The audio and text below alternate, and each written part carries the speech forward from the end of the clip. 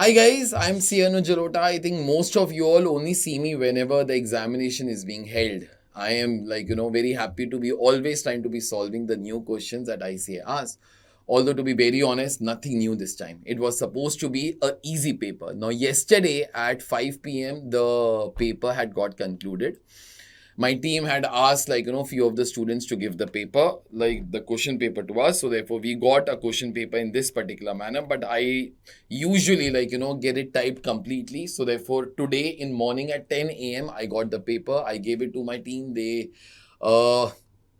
got the entire paper typed, and then I started to prepare the solution. It is around 5 p.m. It is 18th of Jan 2025, and I'm shooting this entire video. But I would be releasing this video once all the papers of Group 2 are over. Exactly the time your last paper will be over, exactly at that time the video will be getting released. Okay, that is only because many students say, sir, our paper didn't go too good, so therefore we would not like to be knowing what is right, what is wrong. Okay, so only for those students we all are going to be releasing the paper exactly on that day.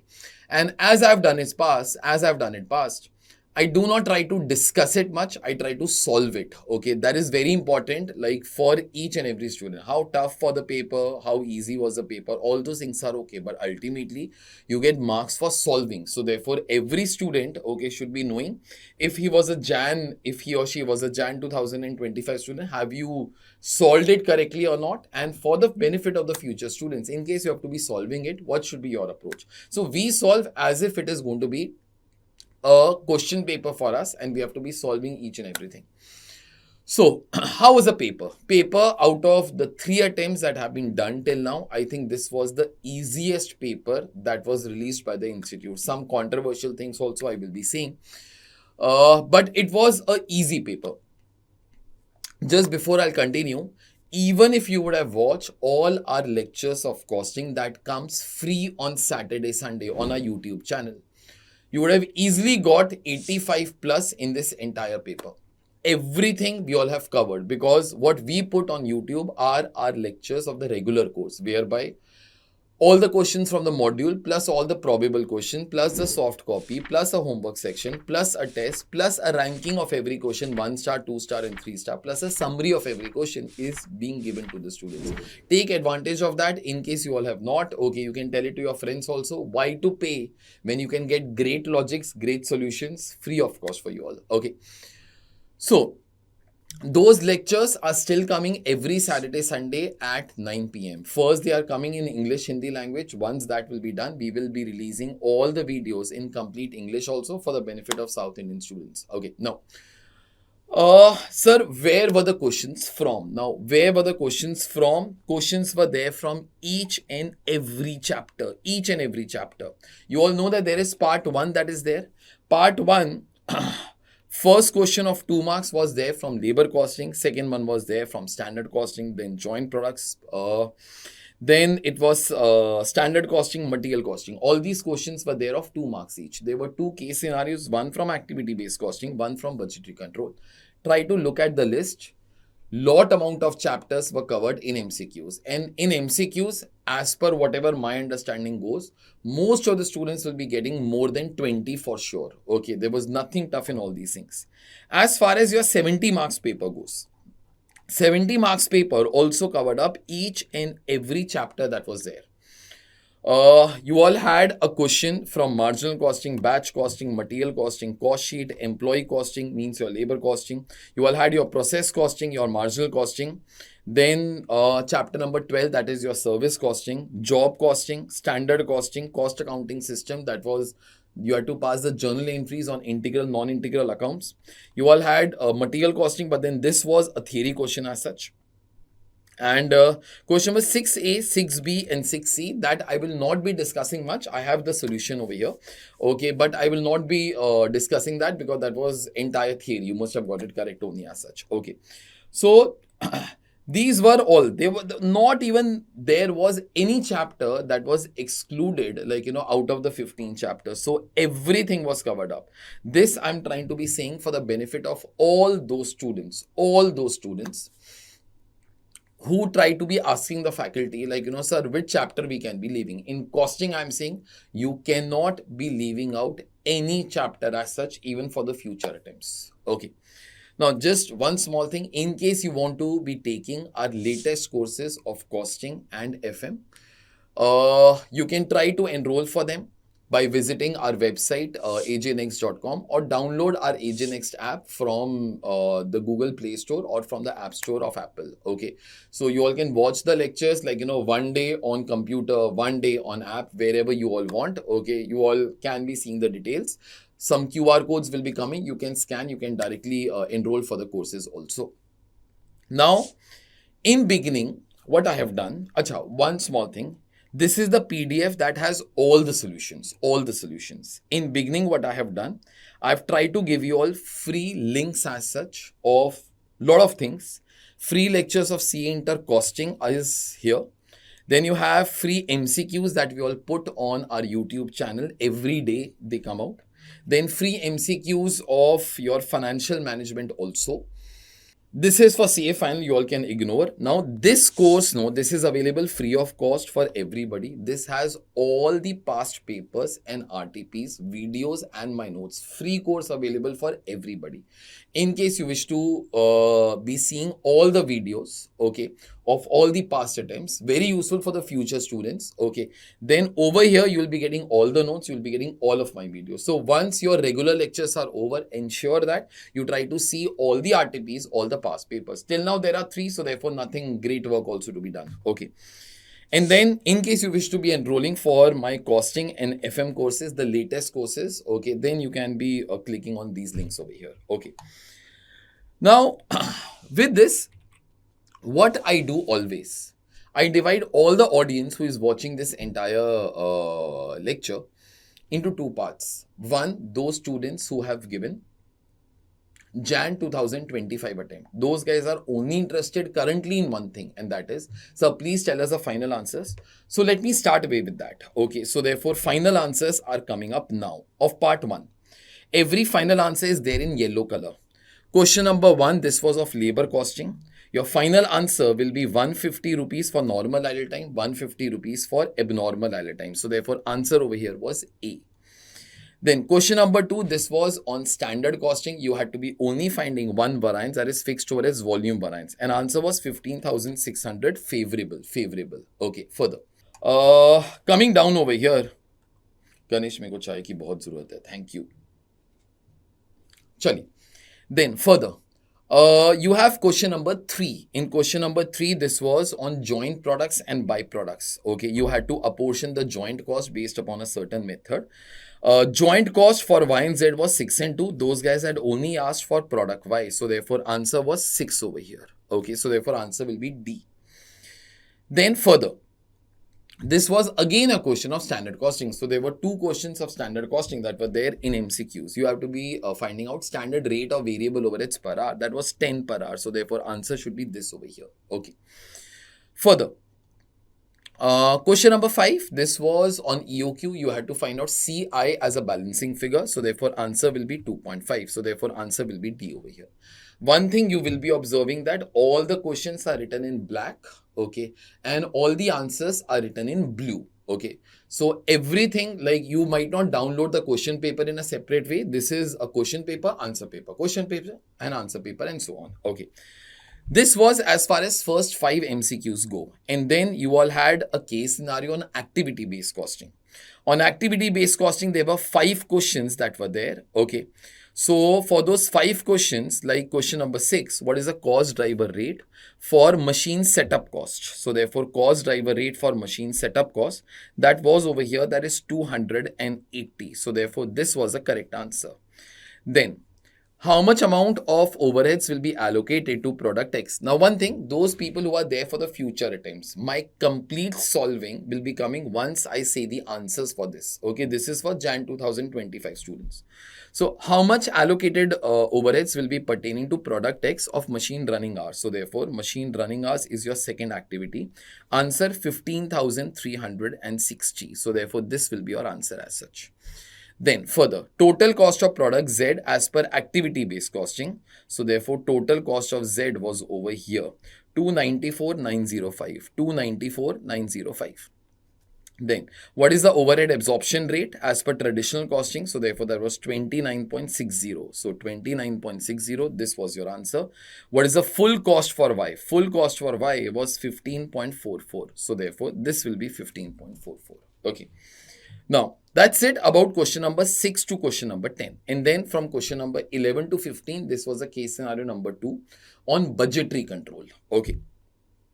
Now, for budgetary control, in this case, there were 5 questions that were there. What is the total purchase cost of raw material Q? So therefore, for raw material Q, the purchase cost was 6,06,000. This was your answer as such. So therefore, 6,06,000, this was your answer. Answer number B.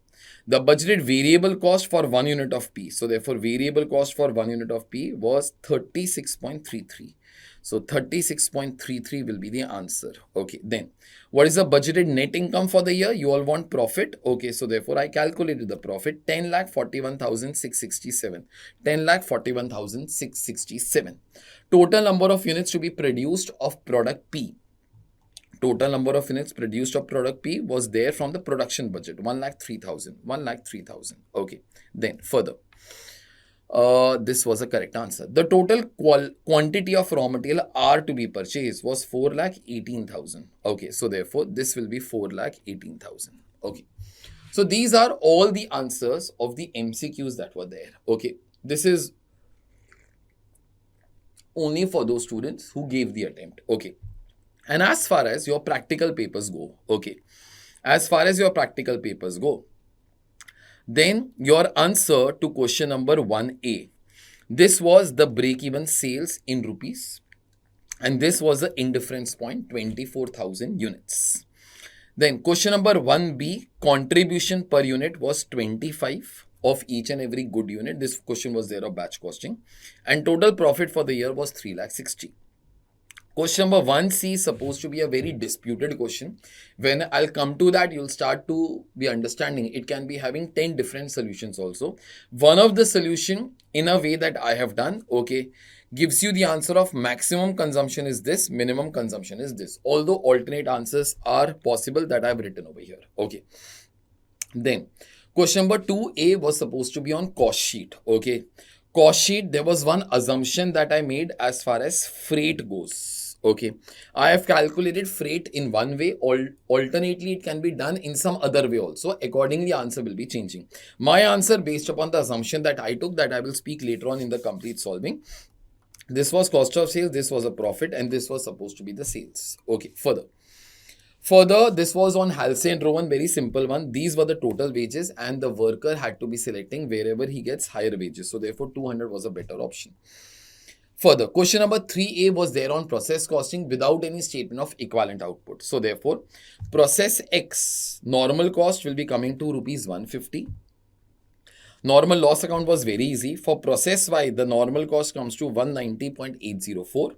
Normal loss over here was quite easy. Abnormal gain, the amount of rupees that gets transferred from abnormal gain to costing P&L account was 5574 for reference of those students who gave the attempt. Okay, further. Question number 3B.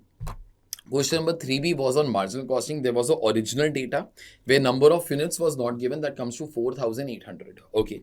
And then you had 3 alternates. Try to be saying the best alternate. So therefore, over here, wherever the profit is the highest, that option is the best one. Okay. Although you can always be writing, sir, current option is only the best one because it gives much higher profit as compared to this one. Okay. Further. Question number 4A was on service sector. There was a transport company, a bus that runs from one city to another city. Okay, you have to be finding out cost per passenger kilometer. Okay, sorry, the fare per passenger kilometer. Fare per passenger kilometer will be coming to 1.1. With some other answers, kilometers per month come to this. Number of passenger kilometers come to this. Okay. Please do note that I have given reference of my textbook questions, okay, of our latest book, okay.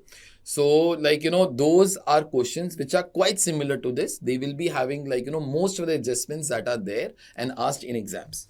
Then now this was on job costing. Okay, question, we all have done questions like this. You had to be computing absorption rate. So therefore there were two absorption rates for two types of cost. One is 50% of labor cost, one is 8% of factory cost. And then based upon these rates, you try to be finding out the sales or the revenues to be charged. That will be 770,500. Question number 5A was on standard costing. There was one part of ratios. Not many people do the ratios. We all have done the ratios. So some part of ratios had also come. Use the ratio to find out the balancing figure. And then actual rate per hour. I guess this answer was 13 rupees. Standard hours for 7,000 units. That was 19031.76. Labor efficiency variance. That was 10905.84. Then standard labor cost per unit was 24.47. And actual labor cost was 33.094 or 097. Okay, these were your 5 answers as far as your standard costing question goes. Okay, then there were the journal entries that were there. Journal entries, this was your first entry, wage control account debit to cash bank, and then direct wages get charged to WIP, indirect wages will be getting charged to factory overheads. Okay, then you have S&D overheads incurred, then you have the normal loss of raw material. For S&D overheads that are incurred, entry will be S&D to cash bank, not to GLA, because it was a question on integral accounts. Normal loss of material gets charged to factory overheads, so therefore factory overheads account debit to SLC account. And then there was under absorption of factory overheads, so therefore that comes as a balancing figure on factory overheads account credit side. And as it is integral accounts, you cannot carry forward, so therefore you can transfer it to cost of sales or P&L. Some people could have written P&L adjustment accounts also, that's also okay only. Okay, then question number 5C. Question number 5C was a theory question on materials, whereby you had to be defining what do you mean by spoiled work or spoilage, what do you mean by defective work, and accordingly try to decide the treatment. Okay, so over here, like, this loss is normal, so therefore it should be absorbed into the cost of the good units. Over here it is abnormal, so therefore it should be getting transferred to costing P&L account. Here it is a mistake of the inspection department to verify the defective raw material, so therefore charge this amount to the inspection department. Okay, and then question number 6A, 6B and 6C were all about the theory question. I will not be wasting time in discussing that. I have printed the answers over here. You all can see. Now, for those students who want the PDF, okay, listen very carefully. Come to our Telegram channel. Our Telegram ID is, I'll write down over here. Our Telegram ID is @AJNext. Come over there, okay, type us a message, putting your name, okay, phone number and attempt. Okay, once we get these 3 details, we will be giving you the soft copy of this entire PDF. That is whatever is a procedure that I have done for years. We will continue to be following that particular thing. Okay, now for all the future students, okay, who have their examination from May 2025 onwards, let us try to be solving each and every question by logic. Okay, I'm not here to tell you this question is tough or easy up and so on. It's no point. Ultimately, it is tough for somebody else. It is easy for somebody else. Okay, let's try to be solving it. Will make more amount of sense. Okay, so let's start it off.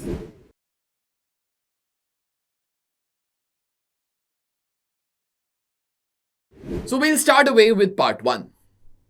In every part, I have prepared a summary that the questions were asked from which chapter. Okay, MCQs. Every question is compulsory. There are 15 questions of 2 marks each. So in end, that will be coming to 30 marks. Chapters that were covered this time by ICAI. Labor costing, 2 marks. Okay. Then it was your standard costing, again 2 marks. Joint products, byproducts, 2 marks. Standard costing, again 2 marks. And material costing, 2 marks. And then there were two case scenarios. One was of activity-based costing, a very simple question. One was of budgetary control, again, a very simple question. Those students, okay, who were my students, those guys will realize that activity-based costing and budgetary control were almost whatever you all have done in class, okay. And other questions also were not very difficult. This is your cash couch, okay. You got to be getting all your complete marks as far as this goes, because if you are somewhere wrong, no, your answers will not match even with the 4 answers which are given in the question, okay. So you should have got complete mark. This was not a very tough section as such, okay. Let's start it off. Listen, question number 1. The data relating to worker C in a factory depicts that he is paid at the rate of rupees 100 per hour, okay. And week comprises of 48 hours for 6 days work. I guess 48 hours are for 6 days only. It's not 48 hours per day. Okay. The allowed absence time is 15 minutes for maintenance, etc. Obviously, this will be nothing but normal idle time. Okay. Normal idle time is the time when the workers will not be working. And management knows that fact in advance. Further, the job card of C indicates that his time is scattered to 2 different jobs. J1 21 hours, okay, and J2 24 hours. 21 plus 24 in this case will make it 45 hours. Further, any unaccounted time is attributable to power failure. So therefore, any unaccounted time will become abnormal idle time. Okay, almost the same kind of a question we all have done in class, but there is one small difference, and that difference is coming now. Calculate the cost of, those guys are saying normal idle time and abnormal idle time. So those guys want cost of normal idle time separately. Okay, they want the cost of normal idle time separately in this case. Okay, abnormal idle time in any case, cost is always found out in a separate way. And then you all have 4 options over here. One sec, see. If I try to be dividing 48 hours, okay, into some parts, let me try for that. So those guys are saying that there is normal idle time over here. It is 15 minutes per day for maintenance. So 15 minutes per day into 6 days. So therefore, it will amount to 90 minutes. 90 minutes is 1.5 hours. Okay, that is one thing. Second thing, those guys work for job J1 and J2. Okay. So J1 and J2 in end was how much? 45 hours. Okay. 45 plus 1.5 is 46.5. So therefore, remaining time in this case will be nothing but abnormal idle time. Okay. Abnormal idle time in this case will be remaining, that is 1.5 hours. Okay. Now those guys, they want what over here? Okay. They want what over here? They want find out the cost of normal idle time and abnormal idle time. Okay. I guess rate per hour is rupees 100. Okay. Rate per hour is rupees 100. So therefore, in this case, rupees 100 multiply, rupees 100 multiply, rupees 100 multiply. Okay. So 1.5 hours into 100 rupees per hour. So therefore, normal idle time cost will be 150. Apart from that, in this case, 1.5 hours into rupees 100, cost will be again rupees 150.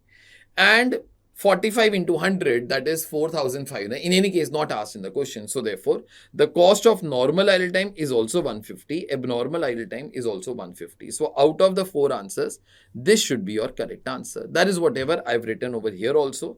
The final answer, 150 and 150. Okay, that's it, your question number 1.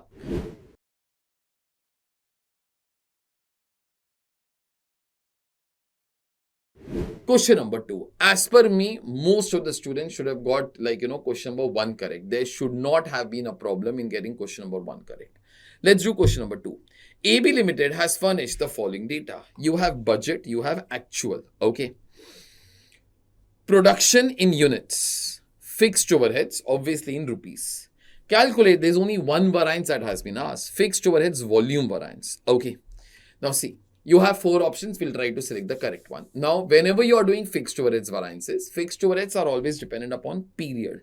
In this question, I guess the period is 1 month. So therefore, budgeted data should be of 1 month. It is, I guess. Actual data is also of 1 month over here. Okay. We usually try to write down the things in this order. Fixed overhead should have been 78. It was 84. Okay. And then output should have been 40,000. Actually was 48,000. Okay. Before you compute any absorption rate, before you compute any variance, compute your absorption rate. Absorption rate will be BOH, okay, divided by BLA. Take 78,000 beta, divided by 40,000. So therefore, absorption rate will be 1.95. Okay. Now, I have been asked to calculate volume variance. Okay. Now see, how do you compute volume variance? How much should have been produced? 40,000. How much was actually produced? 48,000. Okay. Every unit is 1.95. So therefore, standard output or budgeted output, because we all have not learned by formulas, to be honest. Okay. But whatever the formula you wish to be writing, in any case, it was all your MCQs only. So you should have produced 40. You produced 48 into 1.95. If you produced more, fixed overheads per unit will fall. Variance will be favorable. So therefore, 40,000 minus 48,000 to 1.95, 15,600 favorable. As per me, this question should not have taken more than 1 minute to solve. Okay. Answer is 15,600 favorable. That is supposed to be the correct answer. Okay. Chali, that was your question number 2. I guess so. Most of the students should have got even this question correct.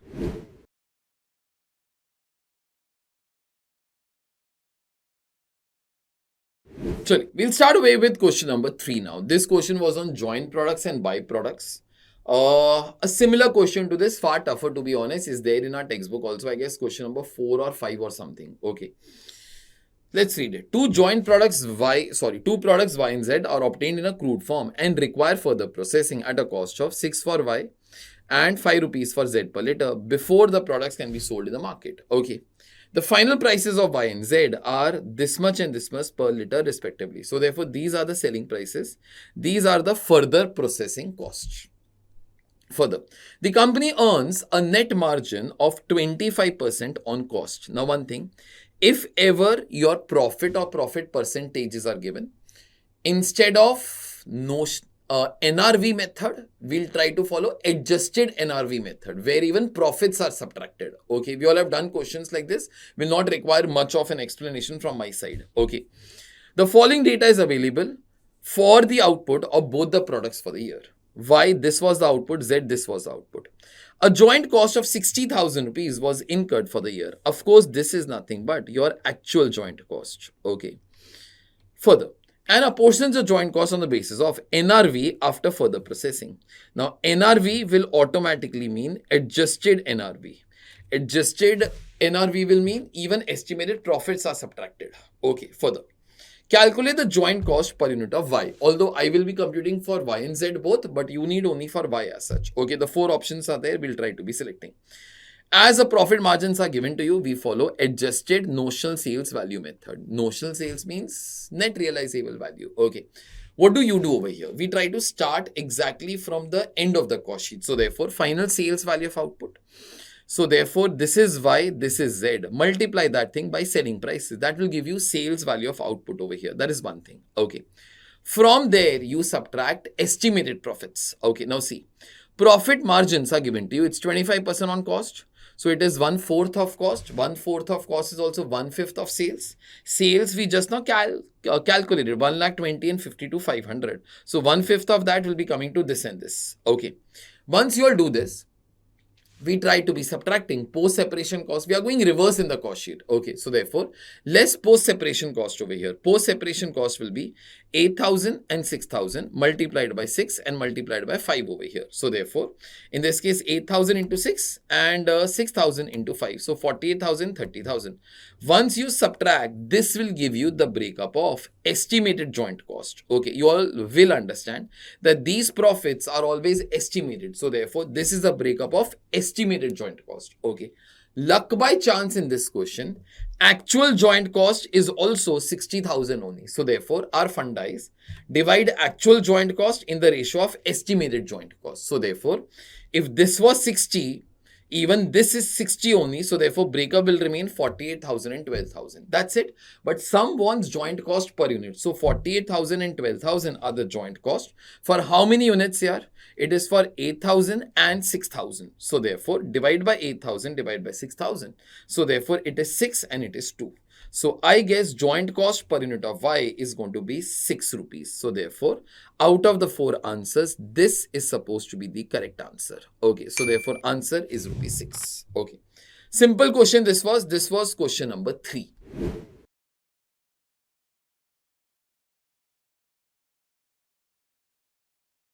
Question number 4. This was on standard costing. Easy one. Read. During a certain period, 4,000 labor hours were utilized and standard hours for actual production were 5,500 hours. Okay. The variable overhead efficiency variance is 15,000 favorable. It is given to you. Okay. So therefore, you have that particular variance with you, beta. Okay. Further. Calculate the standard variable overhead rate per hour. You have the 4 options over here. Now see. Variable overheads are always dependent upon output. Okay. Output is not there in the question, but then other data is there. So therefore our job will be over. Okay. We always prepare revised standard for actual output. And over here, you have your actual data. Now, whatever is the actual output, for that, it is given to you. How many hours should have been taken? 5,500. But in reality, how many hours were taken, beta? 4,000. And you have no other information that is there. But what you are asked standard variable overheads rate per hour. So therefore, this is supposed to be your balancing figure. Now, variable overhead efficiency variance. How do you compute efficiency of the workers? Okay, it is for actual output, how many hours should have been taken minus how many hours were taken into standard variable overheads per hour. Okay, that is whatever I have written over here. Variable overhead efficiency variance is equal to standard hours, okay, minus actual hours, okay, into standard rate per hour. So 15,000 favorable is equal to 15,000 favorable is there in the question with us. 5,500 minus 4,000 into standard rate per hour. Okay, I guess this will become 1,500. This 1,500 will go over here. So standard rate per hour in this case will be rupees 10 per hour. So therefore, out of the 4 answers, this should be your correct answer. Okay, even if you all know basics of standard costing, this should not have been a tougher question. Okay, I still expect that everybody would have got this thing correct for sure. Okay, chale, so question number 4 is done.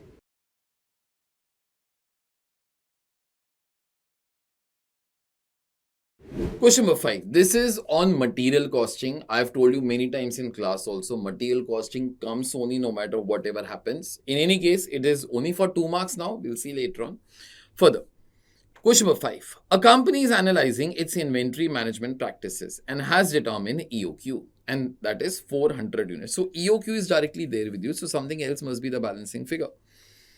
The cost incurred for placing a single order is rupees 25. This is your ordering cost. I'll call that thing as CA. While total demand for the year amounts to 8,000 units. I guess this should be A over here. Calculate carrying cost per unit. Okay, so you got to be finding out carrying cost. Carrying cost, I try to call as CI. Whatever symbols you all use, you all can. Okay. So select out of the 4 options. So A is there with you, 8,000. EOQ is there with you 400. CA is there rupees 25. Calculate CI as a balancing figure. Use your formula of EOQ. EOQ is equal to square root of 2ACA divided by CI. So 400 is equal to square root of 2 into A is 8,000, that is there with you. CA is 25, that's there with you. CI is supposed to be the balancing figure. I'll square both the sides. Okay. So 1,60,000 is equal to 4 lakhs upon CI. Take CI to the other side, okay, and 1,60,000 over here. So therefore, CI will be equal to rupees 2.5. So therefore, answer should be this particular answer, okay. Again, just if you know the basics also of each chapter, I guess the MCQs will be getting solved, okay. So that's it about question number 5.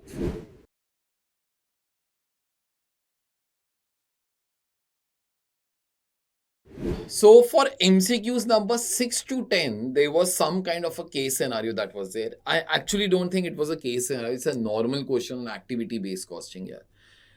Calculations will be lot. I have done many other calculations also. Okay. So, but then do remember that in the MCQs questions, okay, your part one, there is no presentation formally. I have still done it. So therefore you all know how to arrive at the answer. But in exams, you need to be showing whatever is asked as such. Means the final correct answer. The presentation does not matter. Okay. Let's do this.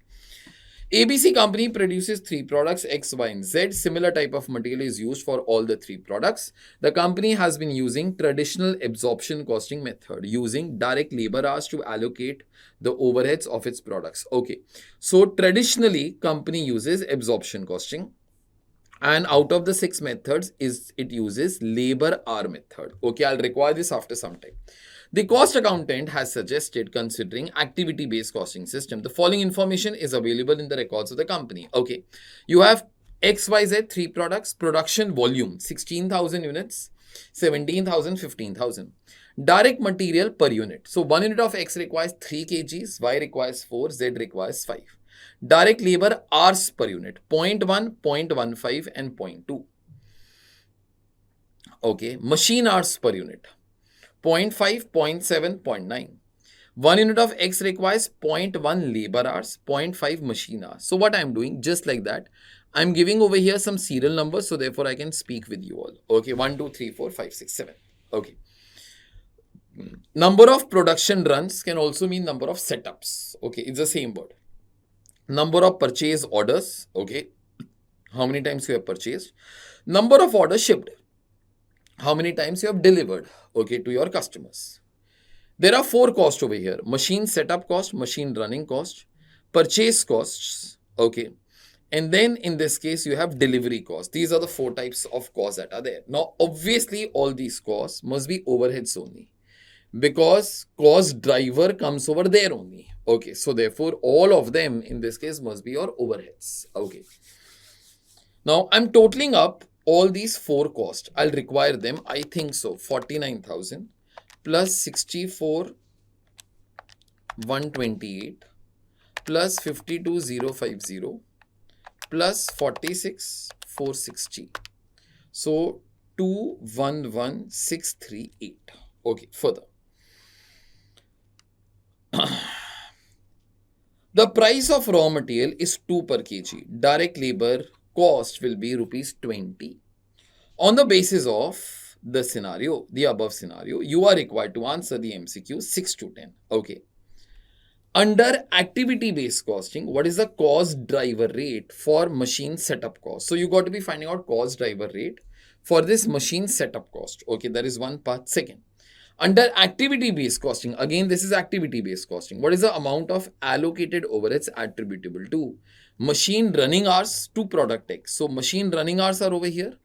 Out of this, how much will be attributable to product X? You got to be finding out that. Okay, further, the total cost of product Z as per activity-based costing. So even this is activity-based costing. Okay, further, what is the overhead absorption rate per hour as per traditional absorption costing method? Do remember, traditional absorption costing method had told that we will absorb the overheads based upon labor hours. Okay, further, what is the full cost per unit of product? Why? Under traditional absorption costing method.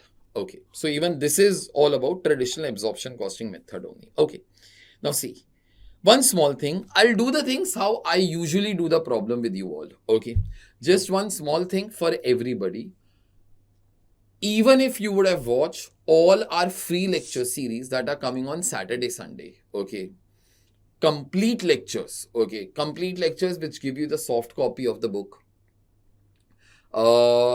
complete lectures that give you the ranking of every question, the summary of every question, test at the end of each and every chapter, you would have got easily 90 plus in this paper. Just I'm telling you all, so therefore in future you can try to split it off with those students, okay, who are paying exorbitant amount, okay, for some mediocre content, okay.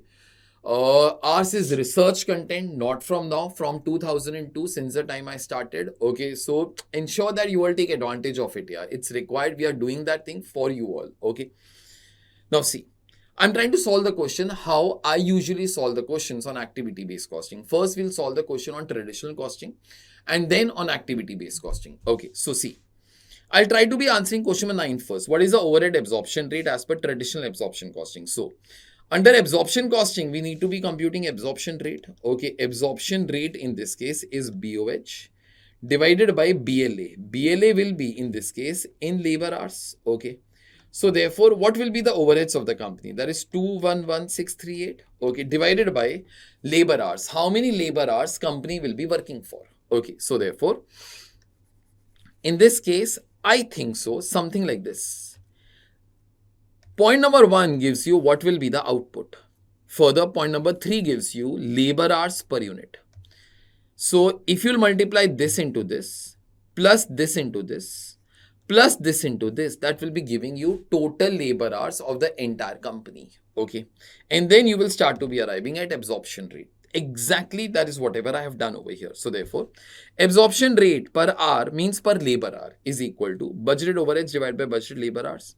211638, that's the total of all the overheads divided by all those particular things over here. Okay. So 16,000 into 0.1, this into this, plus this into this, all those things I did over here. So therefore, total labor hours come to 7150. 211638 divided by 7150. So therefore, your absorption rate is 29.60. Okay. So therefore, this should be your answer. Okay. So out of 5 parts, we have answered 1. Okay. Now, one thing. What does this absorption rate mean? It means that whenever any product takes 1 labor hour to get manufactured. Whenever any product takes 1 labor hour to get manufactured, charge 29.60 as overheads. Let's come over to this part of the question because this is also about absorption costing only. What is the full cost per unit of Y under traditional absorption costing method? Now, full cost will of course mean your direct material, direct labor up and so on. Okay, so now see. In this case, let's try to be talking of Y. They want full cost per unit, no? So therefore, 1 unit of YA will be taking 4 kgs. Raw material will be costing 2 per kg. So therefore, 8 rupees will be your material cost. Labor hours will be 0.15. 0.15 in this case, whenever workers work for 1 hour, they are paid a wage rate of 20. 20 rupees per hour into 0.15 hours. So therefore, that will be 3. I guess 11 will be your direct material plus direct labor. That's your prime cost. And then add factory overheads. For factory overheads only, you all have your absorption costing now as such. Okay. For absorption costing, you follow your absorption rate. Absorption rate we calculated right now. And absorption rate was 29.60. Whenever any unit takes 1 labor hour to get manufactured, charge 29.60 as overheads. Tell me 1 unit of Y takes how many labor hours beta? 0.15. We just now saw that particular thing. So therefore 0.15 into 29.6. 4.44 will be your factory overheads per unit. So therefore, I prepared a proper cost sheet over here, although in exams, you do not need that. So direct material cost is 8 that I wrote before. Direct labor is 3. Okay. Prime cost, add factory overheads. This will be giving you all factory cost as such. 15.44 should be your answer. So I guess so, 15.44. This should be the correct answer. Okay. So part 9 and 10, that was the question 9 and 10 were both belonging to what? They were both belonging to absorption costing. Now the remaining 3 parts are belonging to activity based costing. Okay, now that's what I'm going to be doing. Okay, listen. Now if you want to be doing activity based costing, what I have done, I've tried to solve like a complete question. So therefore, like, those people who wish to be solving for future, they all know how to be arriving at any answer. Okay, see. X, Y and Z. Direct material, direct labor. How do you arrive at direct material and direct labor? I told that thing for X, same thing for, I told that thing for Y, same thing for X and Z also. See, over here, just a sec. I'll rub out these things now. Okay, see, I'll rub out this also. This is direct material per unit that you require. These are the kgs per unit into raw material cost is rupees 2. So please multiply, you will arrive at direct material. Direct labor in this case will be, these are the labor hours per unit multiply by wage rate per hour, that is rupees 20. You will be arriving at direct labor also. Direct material is done, direct labor is done. So prime cost is altogether done. So therefore, you would have reached till here. Okay, prime cost. Add factory overheads, we want that under activity based costing. Okay, so how do these answers come? Please just wait for a minute. This will be giving you all factory cost. Obviously, this will be factory cost per unit. You can multiply by total number of units in case you want total factory cost over here. Okay, because in one of the parts, they have asked you total factory cost. So therefore I have multiplied. If they would not have asked that, I could have finished this statement over here also. Okay, now see. In this case, let's start to be arriving at the answer. How do you work activity-based costing? Activity-based costing says, list all the major activities that are going on in the organization. I guess in the question, these 4 activities are there. Okay, 1, 2, 3, and 4. I've put them over here. Find out their cost. Find out their cost. Cost is given to you. So therefore, that work is also over. Select their cost driver. I have selected their cost driver also. Okay, it is given to you in the question. Now, just one small thing. See. Now, listen to me very carefully. Machine setup cost driver is production runs. Production runs is nothing but row number 5 over here. That is this one. Okay, so number of production runs is there with you. Machine running hours, cost driver is number of machine hours. Now, please do remember, I've told that thing 100 times in class. Beta, this is total cost. These are machine hours per unit. You cannot divide this total cost in the ratio of machine hours per unit. You divide total cost in the ratio of total hours. Total hours will be row number 1 into row number 4. So therefore, row number 1 into row number 4 will be giving you all total machine hours. Divide the things in that ratio. Many students could have done this error, I think. And if this is wrong, your next 2 parts will also be wrong only. Okay. Then, purchase costs. Okay. And that depends upon purchase orders. So therefore, number of purchase orders are there in point number 6. Okay, so directly take that.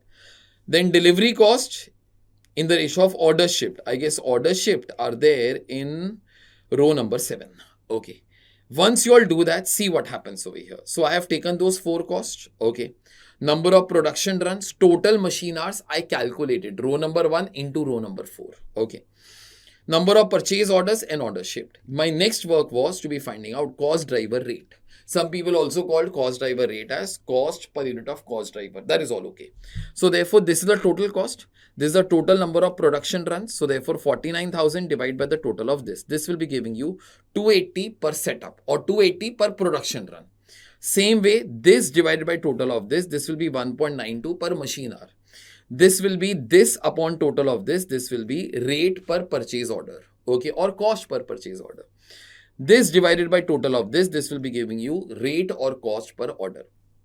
These are the cost driver rate. Okay. You want how much will be allocated to each and every product. Okay, so therefore 280 per run into 50, 65, 60 will be giving you 3 answers. 1.92 into this and this will be giving you these 3 answers. This into this and this will be giving you these 3 answers. 505 into 25, 35 and 32 will be giving all this answer. Once you get that, this is your BOH. Divide by number of units, you will be arriving at overheads per unit. These overheads per unit will be going over here as factory overheads. Okay. Once you all do that, that will be giving you all factory cost per unit. Multiply by number of units, that will be giving you all the answer. Okay. So the moral of the story, one error that you could have done, divide total cost, not in the ratio of machine hours per unit, in the ratio of total machine hours beta. Okay. Now, I guess so, I've already answered the remaining 3 questions. Under activity-based costing, what is the cost driver rate for the machine setup cost? Under activity-based costing, what is the cost driver rate for the machine setup cost? So for machine setup cost, I guess so. Just a sec. So cost driver rate for the machine setup cost will be 280. So therefore, this should be your answer. Okay, 280 over here. This will be your answer. Okay, further. Under activity-based costing, the amount of allocated overheads attributable to machine running hours to product X. So therefore, machine running hours, how much X will be getting? So I guess so that was our second activity, machine running hours. Okay. And X gets 15,360. So therefore, answer should be 15,360 over here. 15,360 is your answer. Okay. And then total cost of Z as per activity-based costing is, so total cost of Z. That's why I calculated that total cost beta. So therefore, that is 294,905. 294,905. Okay. So therefore, this should be your answer as such. Okay. If you would have thought of this thing as a normal question, approximately, I think in maximum 10 minutes to 15 minutes, you should have finished it off, because the presentation was not a constraint as such. Now, many people know, many students do what mistake in all such question. They they just try to scribble something. Okay. A better way will be solve it like a normal question and then use your own short forms. But write all the things. So therefore, all the answers are available to you the way that I have done. Somebody can always be thinking, sir, you had lot of time. We don't have time. Okay. But if you don't have time, that does not mean that you mess it up. Solve 80 marks paper, but ensure that you get 80 upon 80. Trying to attempt 100 marks and attempting just trying to scribble all the things, not arriving at the answer, will always become a bad choice. Okay, chali. So these 5 MCQs are also done.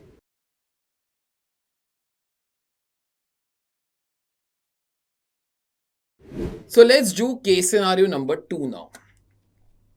XYZ Limited produces product P. The cost accountant of the company has to prepare its budget for a particular year. Now, this is important for me. Your period is 1 year for this budget. So, this question is on budgetary control. The following information are made available for this purpose. Expected sales of product P is 1 lakh units during the year at selling price of 50 per unit. Okay. Each unit of P requires 3 kgs of raw material Q and 4 kgs of raw material R. Okay. The expected stock levels are as follows. Beginning of the year, that will become opening stock. End of the year, it will become closing stock. Okay. Finished product P in units. So opening stock was 12,000, closing stock was 15,000. Raw material Q in kgs. Okay. Raw material R in kgs. Raw material Q costing rupees 2 per kg. Okay, I'm just writing for my reference over here. This will be costing you rupees 2 per kg. And R costs rupees 3 per kg in case I'll need it further. It requires 10 minutes of direct labor time to produce 1 unit of P. Please do remember that you have only one single product P. For that one single product P, you require 2 types of raw material, Q and R. Okay, so Q and R are 2 types of raw material. Labor cost is rupees 50 per hour. Okay, variable manufacturing overheads are 10 per unit. It's not 10 per hour, 10 per unit. Fixed manufacturing cost is 3 lakh rupees per year. Fixed admin and S&D cost is 25,000 per year. I'll club them up. It will become 3,25,000 per year. On the basis of above case scenario, you are required to answer MCQs 11 to 15. The total cost of purchases of raw material Q during the year is, first, 4 options are there with you. The budgeted variable cost of production. So, one sec, those guys have asked you for raw material Q will be the purchase cost. Okay. The budgeted variable cost of production, of 1 unit of product PR. So, therefore, for P, find out variable cost per unit. Okay. Variable cost of production. Further, what is the budgeted net income for the year? Find out the net income. Just one thing, you get profit in life because you sell, not because you produce. Further, the total number of units to be produced are, okay, 4 options. The total quantity of raw material are to be purchased during the year is. Actually, now those guys have scattered few of the things to confuse you all. See. So for Q and R, no, I've been asked a lot about purchases. So you got to be making purchase budget. But purchase budget always starts with consumption. So find out consumption. But consumption happens whenever you produce. So therefore make production budget first. Okay. How do you make production budget? Try to be finding out production. How do you find out production? That is nothing but quantity sold. That is this. Plus closing stock, less opening stock. That's the first thing that I did over here. I made a production budget. So therefore, production budget is quantity to be sold plus closing stock, less opening stock, quantity to be produced. If you want its production budget, means if it is production budget of product P. Okay. So therefore, 1,03,000 units will be produced. That also gives me one correct answer. The total number of units to be produced of product P is nothing but 1,03,000. Okay. Further. Now, based upon this 1,03,000, no, let's compute few other things. What? Budgeted variable cost for 1 unit of P is, I can find out that. Let me just see what I have done. Now, variable cost per unit of P. I have calculated that thing over here. See, Now, variable cost per unit of P, what P requires? First of all, P requires two types of raw material. One is Q, one is R. Okay. Try to be thinking you are making cost sheet for 1 unit of P. Okay. So 1 unit of P will require direct material P and Q. It will require direct labor and it will require variable manufacturing overheads of rupees 10. Okay. So therefore variable manufacturing overheads. This thing is there with you. Others you try to be finding out how. Now 1 unit of P requires 3 kgs of Q to be purchased at the rate of 2. So therefore 6 rupees. 1 unit of P requires 4 kgs of raw material R at the rate of 3. So therefore, 4 into 3 will be giving you all 12. So therefore, this figure, I'll write down bit over here. This is 6 and that is 12. Proper presentation I have done after some time. Okay, direct labor. Direct labor, 10 minutes of direct labor time to produce 1 unit of P. Labor cost is 50 per hour. Okay, so therefore, you pay 50 rupees. Okay, for how much beta? 60 minutes. And this 1 unit of P takes 10 minutes to produce. So therefore, cross multiply 10 into 50 divided by 60. So therefore, in this case, 10 into 50 divided by 60, 8.33. Okay. This cost sheet I must have prepared over here. See. Material cost. Q, 3 kgs at the rate of rupees 2, 4 kgs at the rate of rupees 3, 6 and 12, 18. Direct wages, 8.33. That is 10 by 60 into rupees 50 per hour. Okay, further, variable factory overheads or manufacturing overheads, that was directly there, that is 10 rupees. So therefore, total will be 36.33. Okay, so 36.33 is over here. Okay, that should be the correct answer. Okay, further, all other questions now are in relation to the raw material purchases. So therefore, I thought I'll start to be making a purchase budget. Okay. Purchase budget always starts with quantity to be consumed. Quantity consumed, you consume whenever you all produce. Your production was 1,03,000. That 1,03,000 I have put over here into whenever 1 unit of P will be getting produced, how much raw material will be needed, beta? 3 kgs and 4 kgs. So therefore, 3 and 4 kgs will be over here. Okay. Now, this is quantity to be consumed. You want quantity to be purchased. Okay, so therefore, add closing stock of raw material, less opening stock of raw material. Closing stocks in this case were over here, 20 and 42. Opening stocks were over here, 26 and 36. Okay, that's what I've exactly done. 20 and 42, 26 and 36. You will be arriving at quantity to be purchased. Now, you got to be purchasing the raw material. At what rate, beta? I guess that rate was rupees 2 and 3. If you multiply by rupees 2 and 3, that will be giving you all, in this case, your purchase cost. Okay, so therefore, total purchase cost of Q is 6,06,000. They have asked that somewhere, I guess. Total cost of Q is 6,06,000. Okay, further, those guys have told what is the quantity of R to be purchased. Quantity. So therefore, quantity of R to be purchased is 4,18,000. So 4,18,000. This should be your answer as such. Okay, further. One part that remains, what is your budgeted net income for the year? I thought I'll find it out in the easiest way. How? See, those guys have given you all the selling price. Selling price is 50. Less variable cost. Variable cost. I calculated that thing over here. 28.33, no? I guess so. 28.33, no? No. 36.33. Sorry.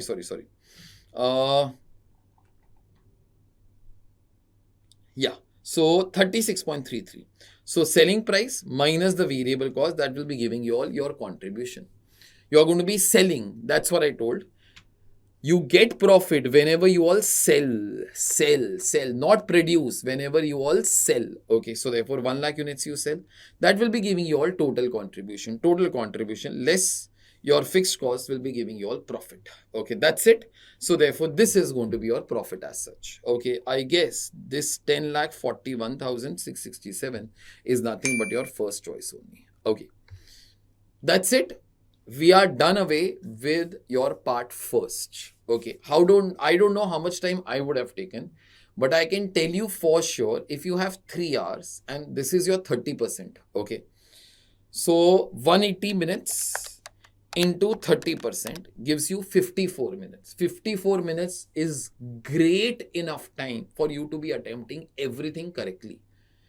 if you would have taken 54 minutes for solving this, that's the maximum time that you should have taken. Okay, as per me, around in 40 minutes, you should have done this. Okay, 40 minutes to 54 minutes should have been the ideal time. If you would have done the things in this much amount of time, no, completing the rest part of the paper should not have been a very difficult thing. Okay, chali, this thing is altogether done. Part 1 MCQs is completely over. Just for my reference, you put in the comments how much marks are you expecting out of 30. In case you're expecting 30 upon 30 over there, believe me, it's a good chance that you're going to be getting 80 plus. Let's solve part 2. Part 2, in all, there are 6 questions. Question number 1 to question number 6. Each question carries 14 marks. Out of 6 questions, you have to be attempting any 5 questions. Apart from that, question number 1 is compulsory. That's what I've written over here. Question number 1 is compulsory. Attempt any 4 out of the remaining 5.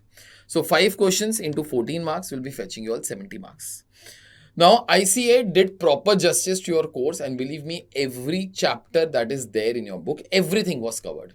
Now, this also gives me time to tell to all the future students, do not leave out any single chapter.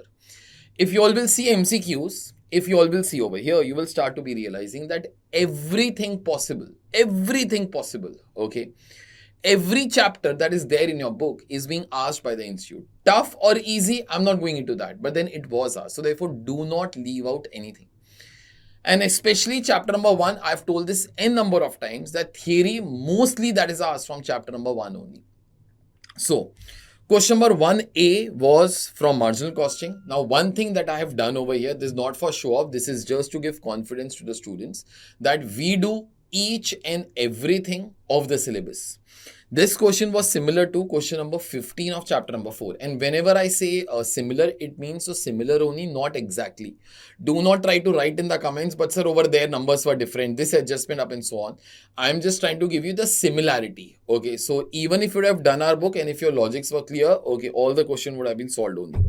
Batch costing, I have not given a reference because it was too simple a question. Okay, that even if you would not have learned costing also, mostly would have answered it correctly only.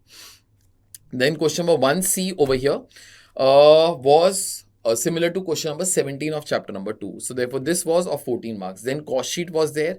Employee costing means your labor costing was there. I've given the references over there.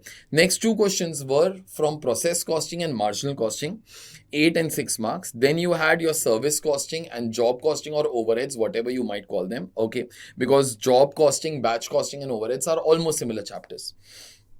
Then you all had 3 parts over here of standard costing, cost accounting system, and material costing. Again, obviously of 14 marks. The references are here only for those students who have been our students, to be honest. Okay. And then you all had 1 question of theory. In fact, even this question was on theory only, but then I will be discussing it. Next 3 questions are completely theory as such. Okay. They belong to your chapter number 5. They belong to chapter number 1 and chapter number 4. Okay.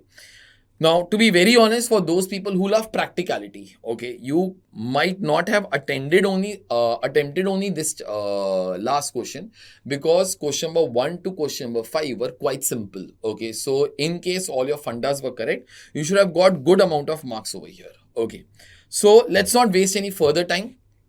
Let's start it off with part 2 now, question number 1.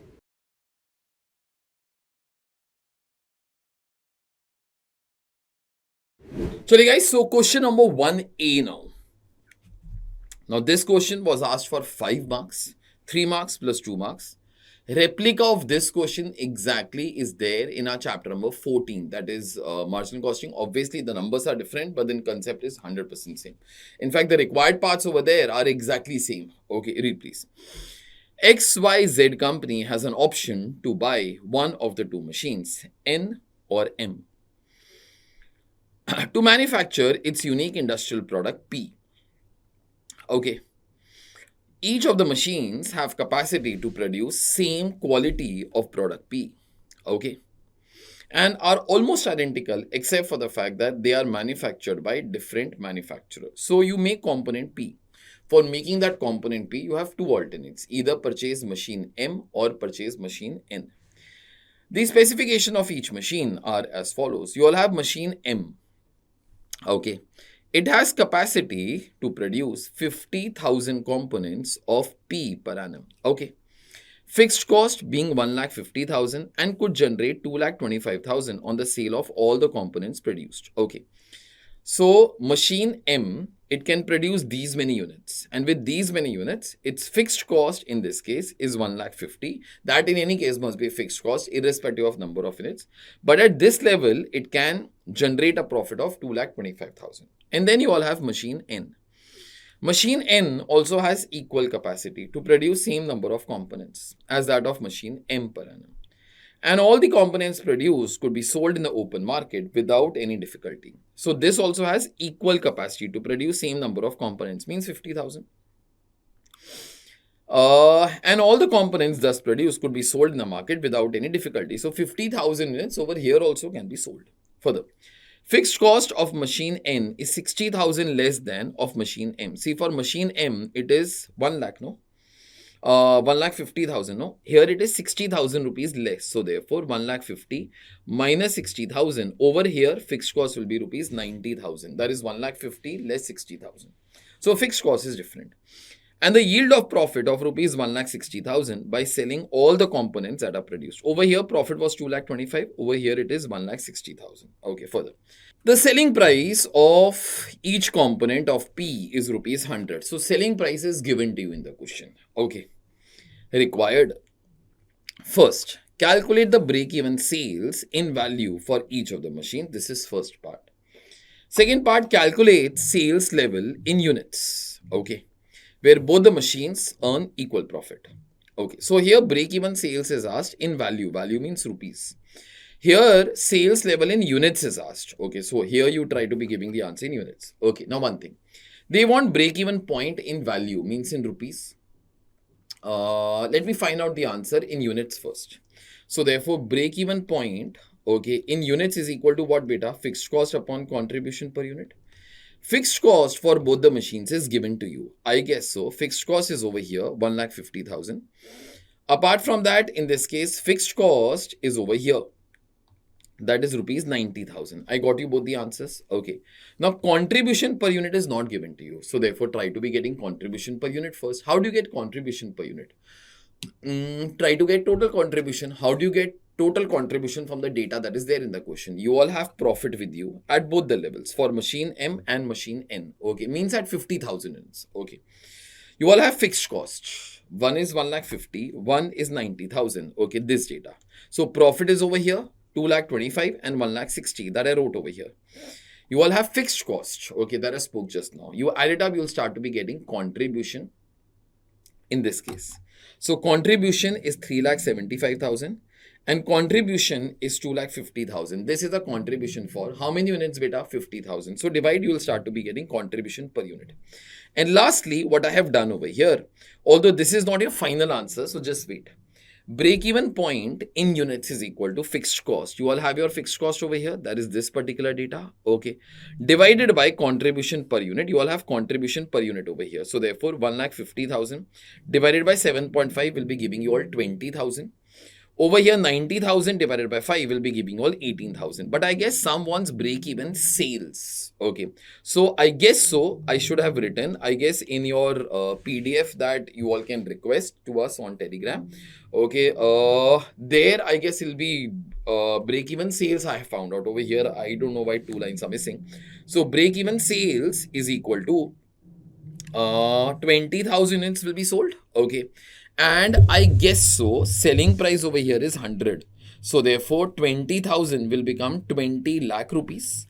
Apart from that, 18,000 in this case will become 18 lakh rupees. This will be your answer. So therefore, your answer is over here, 20 lakh and 18 lakh. These are supposed to be your 2 answers as such. Okay.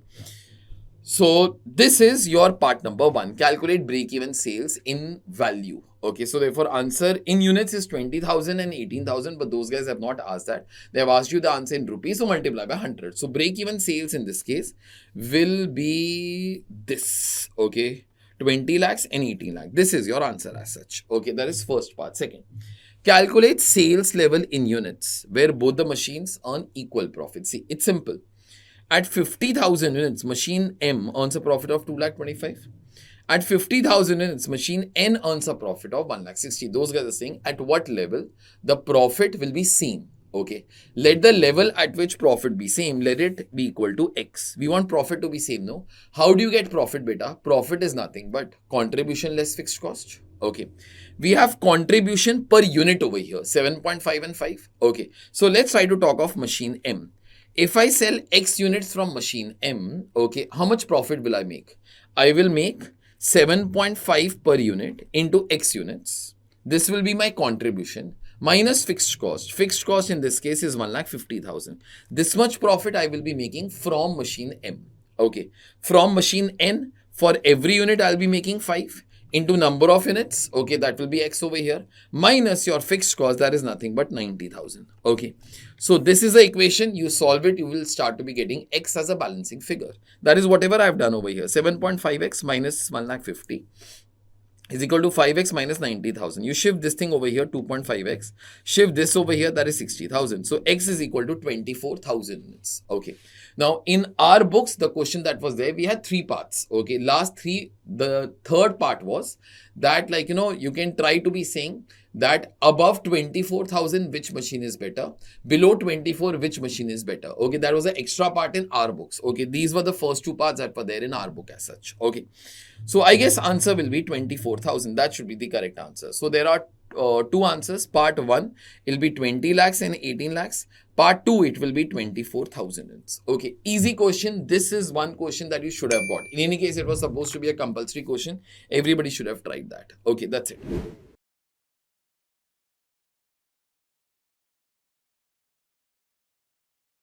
Sorry, so question number 1B.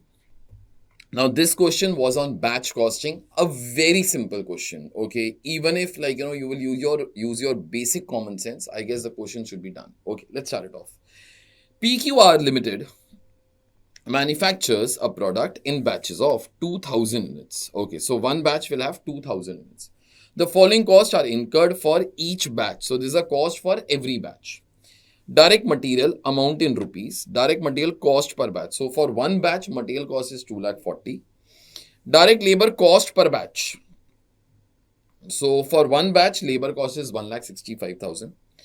Overhead absorption rate variable. So therefore, this is variable overheads. Okay, not fixed overheads, variable overheads. That absorption word is given, I don't know why, but then those guys have clarified it is variable. 120 per machine hour. Obviously, we don't know for one batch how many machine hours will be needed. So therefore, I will require machine hours per batch. Okay, to find out the cost per batch. Expected rejection rate is 3%. Okay, I guess you all will understand the meaning in just a while. Scrap value per rejected unit is going to be 75. Okay, other information.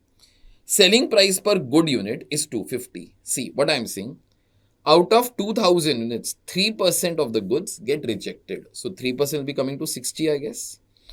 So therefore, how much will be left here? 1940. These will be normal goods that ultimately will be getting sold as such. Okay. So these normal goods get sold at what rate here? 250. Okay. So therefore, this will be the sales of normal goods per batch. And these 60 units will have a scrap value of 75. So therefore, into 75. So two things, 60 into 75. This is 4,500. Okay. Per batch. Okay. Everything per batch. And then 1940 into 250. This will be 4,85,000. Okay. Further. Selling price per good unit, 250. You all understood. Total available machine hours per month, that is 3,000. Okay, I'll require this data in just a while. So these are the total number of hours in a month, 3,000. Fixed overheads per month is 1,25,000. So obviously these were variable overheads. Fixed overheads is given to you for the entire month. Obviously it's not per batch because these are fixed overheads incurred for the entire company. Batches manufactured per month, that is 10. Now combine the two things that I have highlighted till now and then think something. I'll read the entire question till that time. Required. Calculate the contribution per unit of the good units. Okay. Calculate contribution per unit, not per batch, of good unit after adjusting rejected units. Okay. Calculate company's total monthly profit. Okay. Now see. You want contribution per unit of the good unit? So therefore, try to be finding out sales and variable cost. One is this sales, one is this sales. Okay, so 4,85,000 plus 4,500. So therefore, total sales will be 4,89,500. Okay, less your cost. So therefore, in cost, you all have 2,40,000, 1,65,000, 2,40,000. Okay, 1,65,000. These are your two direct material and direct labor. Now, you have variable overheads also. Now, variable overheads is incurred at the rate of 120 per machine hour. How many machine hours does it take per batch? Now, see, in 1 month, you all have 3,000 hours. In 1 month, you will be making 10 batches. So, therefore, I guess so you'll be taking 300 hours per batch or 300 machine hours per batch. So, therefore, in this case, I'm dividing this figure by this particular figure. So, 300 hours per batch. 300 hours per batch into 120 over here. So therefore, this will be coming to 36,000. Okay. I guess there is no other variable cost because we have to be calculating contribution, that is sales less variable cost. So therefore, minus 2,40,000 minus 1,65,000 minus 36,000. So therefore, 48,500 will be the contribution. But this is contribution per batch. Those guys have told calculate contribution per unit of the good units after adjusting rejected units. Tell me one thing. This is a contribution per batch of how many units? How many good units? 1940. So therefore, divide this figure by 1940. So therefore, answer should be rupees 25. This should have been your answer. Exactly that is whatever I've written over here. Sales of normal goods. Okay. Plus scrap value per batch. Now some students will keep on asking, sir, if this scrap we reduce from the cost, beta answer will still remain same only, no? Whether you add it to the revenue or you reduce it from the cost, it hardly matters. Okay. Then, direct materials per batch you deduct, direct labor you deduct, variable factory, your variable overhead is 300 hours per batch into rupees 120 per batch. Okay. That'll give you contribution per batch, divide by number of good units. Okay. So therefore, contribution per good unit will be 25 rupees. Okay. That's it. Calculate company's total monthly profit. Okay, try to be finding out total monthly profit. Now see, I'll start it off from here only, no? This is contribution per batch, 48,500. You're going to be producing 10 batches a month. So therefore, 48,500 into 10 will be 4,85,000. Okay. Now this is your contribution. Deduct your fixed cost. Okay. But your fixed cost is incurred for the entire company. Now, this is also for the entire company for the entire month, no? So, therefore, subtract 1,25,000. That's it. This should be your profit as such. So, therefore, 4,85,000 minus 1,25,000. Okay, 3,60,000 should be your final answer. 3,60,000. 48,500 into 10 batches will give you this. Less fixed cost will be giving you all this as the answer. Okay. Now, honestly, there was no application also of the batch costing in this entire question. Although question was on batch costing, but as such, there was no application of that. Okay, chali. So this thing is altogether done. This question is over. In case you got both the questions correct, okay, both the parts correct, please comment below.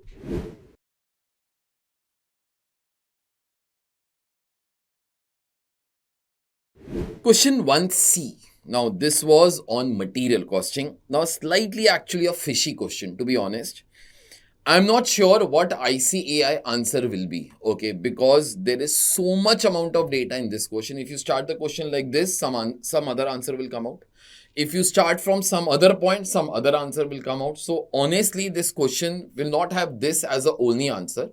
And I guess so ICAI, when they'll start to check the paper, they will start to be realizing that the question was not proper. There was excess amount of data, and that data, if you start to be using, it all gets messed up. Okay, so let's see this question. The cost accountant of a manufacturing company has given the following details in respect of raw material X. Okay, difference between now minimum lead time and maximum lead time is 4 days. Okay, so if ever maximum lead time is something, minimum lead time is 4 days lesser than that. Now, average lead time to procure raw material is 7 days. Further, usually we find out all these things, but this data is there with you. Reorder level, 1,80,000 units. Reorder quantity, 90,000 units. Minimum stock level, 1 lakh units. maximum stock level is 1,90,000 units. Calculate maximum consumption per day, minimum consumption per day. Now, honestly, this question is there for 4 marks. It's not very high, but then so much amount of data is there that after some time you start to be realizing what is happening actually. Okay, see. Now, when I solve this for the first time, I'm giving you that solution. Any alternate solution that you all have, you can put it in the comment below. Okay, I will try to see that. But I don't know what ICAI is going to be doing over here. I'm giving you one of the possible solutions, okay, that is there for this question, okay. Although in the end, I can try to be saying logically, even that might not be 100% correct because if you use some other data, something else turns up. Okay, listen. Now, minimum lead time and maximum lead time is 4 days. Sorry, the difference between them is 4 days. Okay, now see, you want maximum consumption per day. Now, one thing, how do you compute reorder level, beta? Reorder level in this case is nothing but that is whatever I had thought. Okay. And I think so that thought is proper, but the question is not proper. Reorder level is maximum consumption into maximum lead time. Now, maximum consumption you have to find out as a balancing figure. How do you get maximum lead time? I got maximum lead time from here. Okay.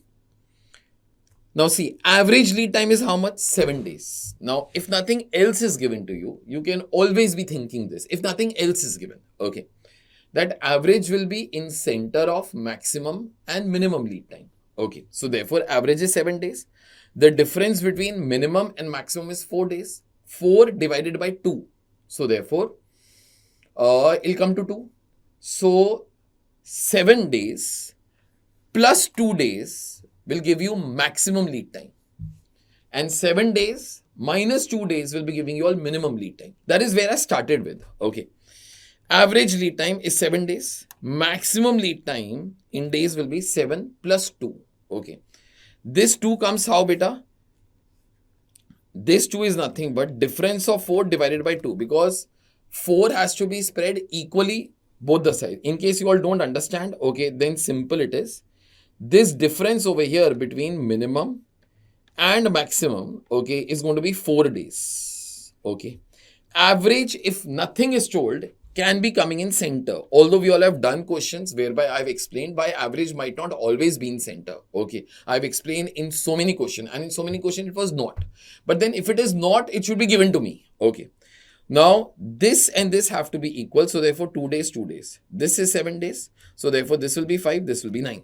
Okay. So therefore, maximum lead time will be 9 days and minimum lead time will be 5 days. Okay. Now, I try to be using ROL formula.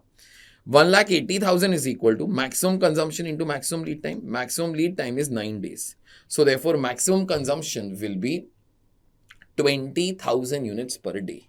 That is whatever I've written over here. Okay, so therefore, reorder level is equal to maximum consumption into maximum lead time.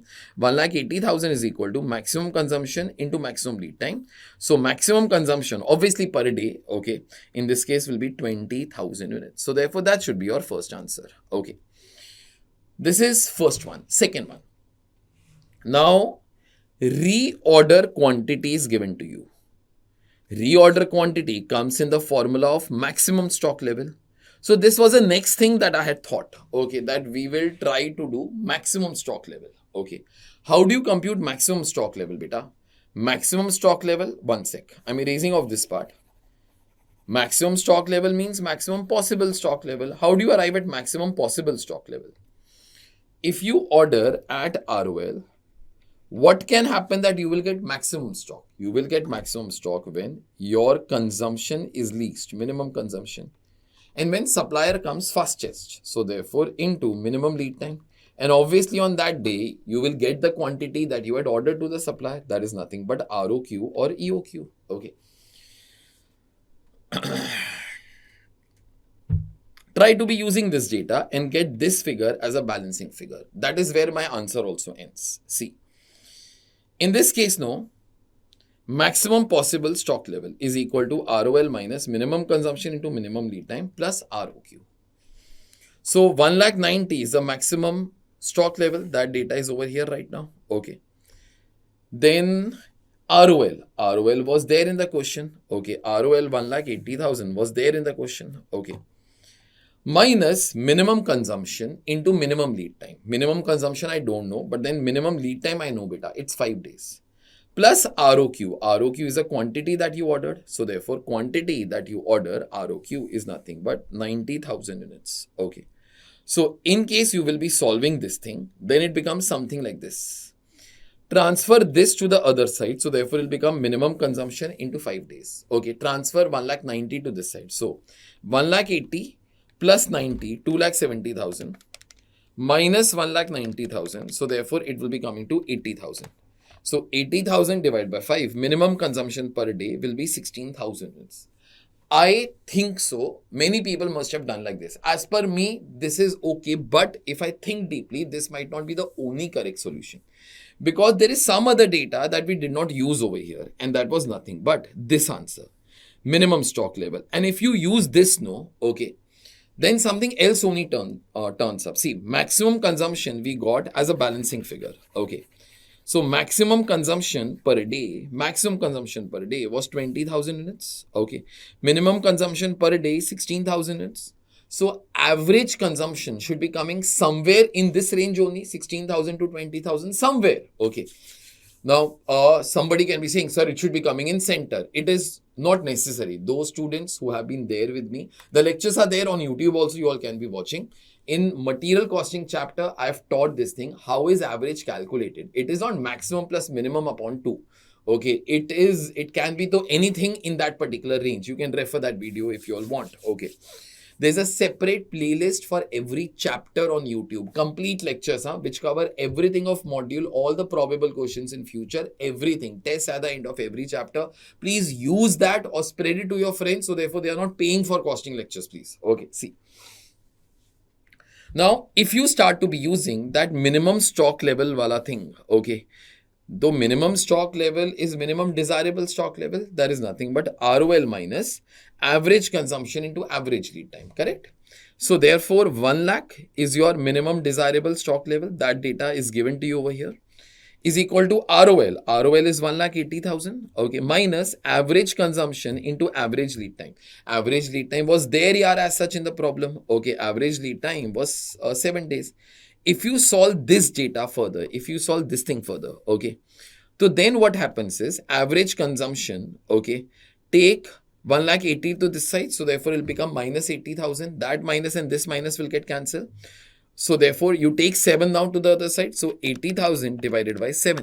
My answer will be coming to approximately 11429. This is where it started to get tricky for me. So therefore, I wrote the answer that this answer somewhere should have come between this and this range here. But then it has not come. Okay, so therefore, there is an issue. The answer is not in the range of maximum and minimum consumption. So something is fishy in this problem. You can solve this problem in many different ways and each way will be giving you a different answer. Okay. So example, somebody could have done this particular thing. You could have started from here. Okay. And then in this case, say that you could have used this data. Okay. Got maximum consumption. And then average by default can be in middle of maximum and minimum. That will give you another answer. Okay. So in short, there are many answers that are possible for this question. You all can comment what answer you all wrote. Okay. But like, it is not that this is the only answer, but I'm giving this as like, the answer in your books as such. Although different ways might lead to different answers as such. Okay. Please educate the institute not to be asking such questions. Might be only for 4 marks, but then 4 marks do make a difference here between 36 and 40, no, as such. Okay. Chali. This question is all done. Please comment that what was your answer.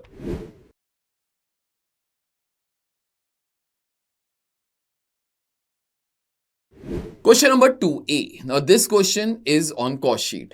In our book, we have 2 sections of cost sheet. You all have a basic cost sheet and advanced cost sheet. This question is 100% similar to our first question of advanced cost sheet. Let's start to be doing that. The following information relates to manufacturing concern of A Limited. For the year ended 31st of March 2024. So this is the data for the year ended. So therefore this year must have started on 1st of April 2023. Raw material 3,40,000. Opening stock. This must be opening stock. This must be closing stock. For WIP, this is the opening stock. This is the closing stock. Raw material purchased 8 lakhs. Okay. inclusive of GST, ineligible for ITC. So 8 lakh rupees, beta, includes GST. Okay, includes GST. But that GST is ineligible for input tax credit. So therefore, you will not be getting the credit for it. So therefore, that GST will become your cost. But then do remember, 8 lakh rupees includes the GST. Let's talk further. Primary packing, 3 lakhs. Now, one thing when I'm discussing this, I would also like to be talking of that this thing comes where in your cost sheet. Okay, so raw material purchase will be coming as part of your direct materials. Okay, further. Primary packing. I guess primary packing comes below factory cost, above cost of production. Okay, so therefore, primary packing means that packing which is required to store the product. Example. For a ketchup, the plain bottle is nothing but primary packing. There are two types of packing. One of them is primary packing. One of them is secondary packing. Secondary packing is the packing that is required to distribute the product. Example, if suppose 24 ketchup bottles you pack in one carton, why are you packing it up? So therefore, in this case, it can be distributed to various people. So therefore, that kind of a packing is called as secondary packing. Okay. Further, fees paid to independent directors. This will be part of general admin overheads. Production bonus paid to factory workers. This will be part of your direct wages. How it is to be calculated? 10% of the wages paid to the factory workers. Okay. And wages paid to the factory workers is given over here. Okay. Further, job charges paid to job workers. This will be part of your direct expenses. Okay. Salary paid to supervisor. This will be part of your factory overheads. Wages paid to factory workers. This is your direct wages. Salary paid to production control manager. Now, this you all will remember also, I guess. This will be part of administration, which is related to production. This comes below your factory cost, but above your cost of production. Further, sale of scrap generated during manufacturing. We have talked of this particular thing n number of times that ICAI does the treatment wrong.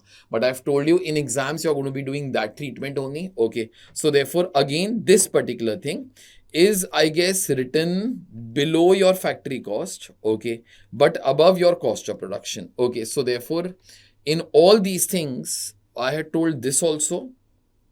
Further, I have told this also, and I have told this also. Okay.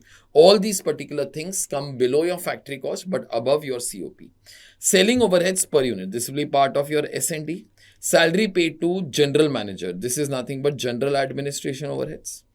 You all have freight inwards. Freight inwards is part of your direct material cost. Expenses paid for quality control check activities. I guess once the product is made, you check it for quality. So therefore, that has to be coming below your WIP stock. That means below your factory cost. But obviously above your cost of production, because this should be part of your production cost as such. Okay, so therefore below factory cost but above cost of production. So therefore, there are 4 items like this. Further, particulars. Factory building. Cost price is this. Okay. WDV is this. Why it is given, we'll see. Depreciation rate. I don't know depreciation is on this or it is on this. We will see that. Insurance is 2% of cost price. Okay. So one thing, I will compute few things right now only. Cost price means this particular thing. Okay. So therefore, take 25 lakhs on your calci, please. 25 lakhs. Into 2%. So therefore, insurance will be coming to 50,000. Okay. Insurance of 50,000 rupees is on factory building. So therefore, factory building, it should be part of factory overheads. Further, plant and machinery, 15 lakhs. Okay.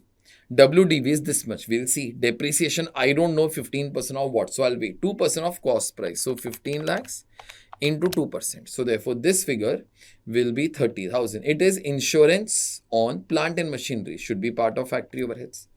Office building, 40 lakhs, 36 lakhs. Depreciation rate 10%. But I don't know depreciation is on what. So therefore, we'll wait for that. And insurance premium is nil. So therefore, it's all okay. Further, depreciation is charged on WDV basis. So chalo, now my job is done. So therefore, 10% of this, 218700. Okay. 2,18,700. Okay, obviously this should be part of factory overheads. Okay, this is depreciation on factory building. Further, 11,56,000 into 15%. So therefore, this should be 173,400. Again, should be part of FOH. Office building, 36 lakhs. 10% of that will be 3,60,000. Okay. 3,60,000 in this case. Obviously, this is office building, so therefore should be part of general administration. So this table is altogether done. Okay, let's proceed further. Point number 2. Stock of finished goods as on 1st of April was 80,000. Okay. Having total cost of 8 lakh rupees. So therefore, this is opening stock of finished goods. 8 lakh rupees, 80,000. The entire opening stock of finished goods is sold during the year. Now, this actually tells you that company is trying to follow, say, FIFO method because the opening stock is sold, so closing stock must be from current year. Closing stock is 70,000 units. Okay, so closing stock in units is also there. During the period, 4,50,000 units was sold. One thing, if you read this entire adjustment number 2, you'll start to be realizing quantity produced of finished goods is not given. So quantity produced in this case will be nothing but quantity sold, 4,50,000, plus closing stock of finished goods, that is 70,000, less opening stock of finished goods, that's 80. So therefore, quantity produced in this case must be 4,40,000. Okay. Correct. So therefore, this is quantity produced and this figure is quantity sold. A Limited wants to have a profit of 20% on total sales. Okay, so 1/5 of sales will also amount to 1/4 of cost. We might require this later on. It's a 9 marks question. Okay, heavy marks here. Listen, required prepare a cost statement showing various elements of cost and profit for the year ended 31st of March 2024. Now, one thing, some students might have done this thing, like, that they will be finding out per unit of everything. Those guys have not told that show per unit figures also. Yes, for stock valuation, I'll need it. Okay. But that time, only for that time, I might try to be having per unit things. Okay. See. Now, what I'll try to be doing, I've already made the answer. Okay. So everything I'm just trying to show you wherever it will be coming as such. Okay. With say a red pen.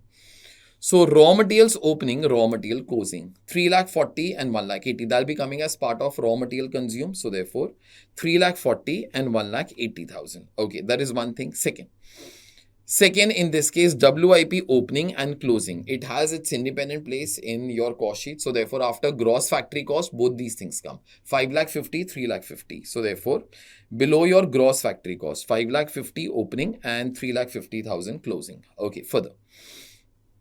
Now, raw material purchased 8 lakh rupees. Now see, this 8 lakhs includes GST. Some students might have done this thing. They would have computed GST amount also.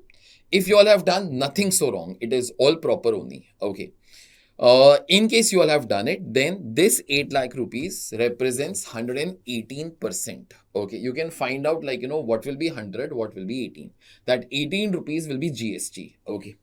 But then I thought I do not need to be finding it out. Why? Because it is ineligible for ITC. So therefore, first of all, that GST part is my cost. Whenever I'm purchasing, I'm paying GST to my supplier. But later on, I cannot claim it as part of ITC. So therefore, that 18% will still remain my cost. And 18% is already included in 8 lakh rupees beta. So therefore, then in that case, let it be included. So 8 lakh rupees in all will become my cost. Okay. I hope you all got this. So therefore, in this case, what I have done, add net additions or purchases. In case you wish to be writing, you all can write down including GST. Okay. And in case somebody thinks you want to be writing one more thing, you could have written less ITC credit. Okay. On GST, less ITC credit on GST, but that amount will be nil because this purchase is not eligible for input tax credit. In any case, if it is nil, it does not hamper my answer. Okay, further. Primary packing is 3 lakh rupees. So below your factory cost, primary packing must be coming. So below your factory cost, your primary packing comes. That is 3 lakh rupees. Okay, I've already given the example, so that's fine. Further, the question is over here. Fees paid to independent directors. This is part of general admin. General admin comes below your COGS. Okay. So 5 lakh rupees is general admin. 5 lakh rupees is general admin. Okay. Fees paid to independent directors. Okay. Further. Just a sec. Primary packing was 3 lakh rupees. No, I've written it correct. Yeah, I've written it correct. Okay. Further. I'll talk of this thing first. That is wages paid to factory workers 6 lakh 30, and then production bonus paid to them will be 10% of this figure. So therefore, in my direct wages, I've written two things. 6 lakh 30 is a wages and 10% of that is nothing but your bonus as such. Okay. I have done total over here 6 lakh 30,000 plus 63,000, 6 lakh 93,000. Okay. Let's proceed further. This is also done. Job charges paid to job worker. This is part of direct expenses. Direct expenses immediately comes below direct labor. So therefore, that's 41,000. Let's proceed. Salary paid to the supervisor. Supervisor will be there in the factory. So factory overhead 617,900. 617,900. So therefore, this is part of your factory overheads. Further. Salary paid to production control manager. This will be part of administration related to production. So therefore, again, below factory cost, but above your COP. So you all can see over here, add administration related to production, salary paid to production control manager. That is nothing but, is it 7 lakh 20? Yeah, it is 7 lakh 20,000. Further, sale of scrap generated during the manufacturing. Exactly at that position only. So 50,000 rupees will be deducted. Okay. So, where is sale of scrap? Yeah. So, therefore, exactly below this, less credit for sale of scrap. 50,000 I've put in brackets. Many people in exams do not put the things in bracket. If you have observed my free lectures also on YouTube, I have told this thing million times. Whenever there is closing stock, put a bracket. Whenever you have to less to anything, okay, it is all in brackets. So, basic things you always try to be remembering. Okay. Further. This thing is also done. Selling overheads per unit is 2. Now, it is 2 per unit, no? Obviously, multiply by quantity sold. Quantity sold in this case was 4,50,000. Okay. So, therefore, S&D in this case will be 4,50,000 into 2. That is 9 lakh rupees. Okay. So, therefore, 9 lakh rupees will be coming over here.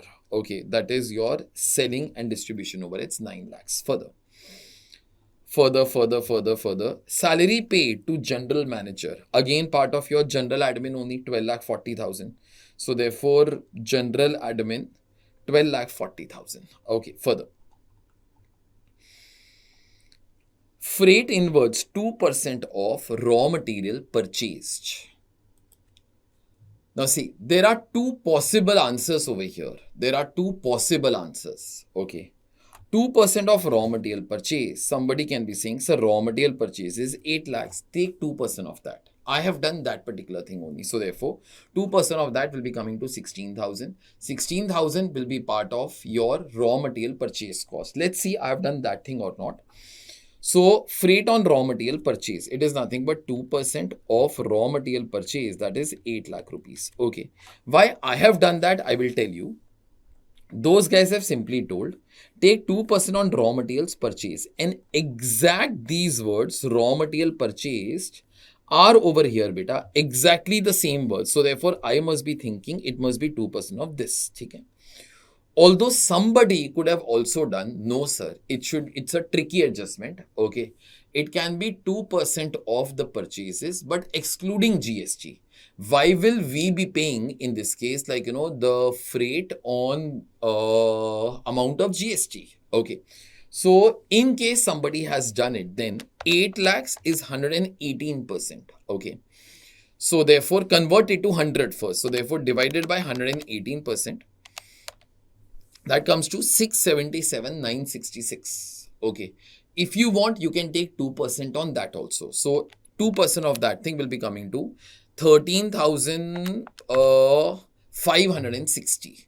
If somebody wanted, you could have done the things on that also. Okay. So therefore, 13,560. That raw material purchases, carriage inwards I'm talking of. Okay. Then in that case, the amount could have been this figure. So therefore, I have taken 16,000. Somebody could have taken 13,560 also. Accordingly, all your answers will be changing. Okay. In case you all want, you all can write down a note also for that we have done this. Alternately, this could also be done. Okay. Because I literally went by the words here, 2% of raw material purchase. So therefore, raw material purchase was over there. So therefore, I took that only. But somebody can be saying, no, sir, it should be 2% on raw material purchases excluding GST. Then you can be taking 13,560. If I am the examiner, to be very honest, I should have clarified over here, excluding GST or including GST. Okay. But I'm not the examiner. So therefore, I'm just trying to be giving you all both the options. Okay. So therefore, according your answer will get adjusted. Okay. So freight on raw material purchase, I have taken as 16,000. You can be taking this thing as 13,560 also. Accordingly, all your answers will be changing. Okay. Further, in this case, expenses paid for quality control activities. Now, quality control is done once a product is made. So, therefore, it will be coming below factory cost but above cost of production. So, 4,30,000 you all can be seeing over here. Expenses on quality control cost. So, therefore, this figure is 4,30,000. Okay. So, therefore, this 4,30,000 is also done. Okay. Further.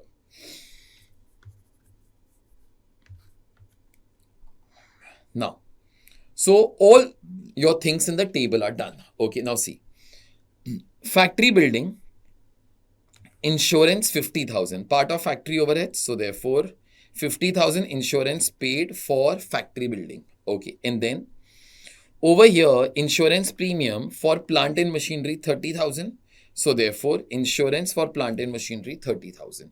And now their depreciation also. Their depreciation 218,700. 218,700, and over there depreciation on plant and machinery 173,400, 173,400. So that thing is also done. Okay, and then you all had depreciation on office building 3,60,000, should be part of general admin. It's an office cost, no? So therefore your general admin means your office cost. So therefore this is depreciation on office building over here. Okay, that's it. All the items are finished. Point number 1 is done. Point number 2. Stock of finished goods on 1st of April was 80,000. I will talk of that. Having total cost of 8 lakhs. Okay, now see, opening stock of finished goods has a different place in cost sheet, that is 80,000. 80,000 is the cost for 80,000 units.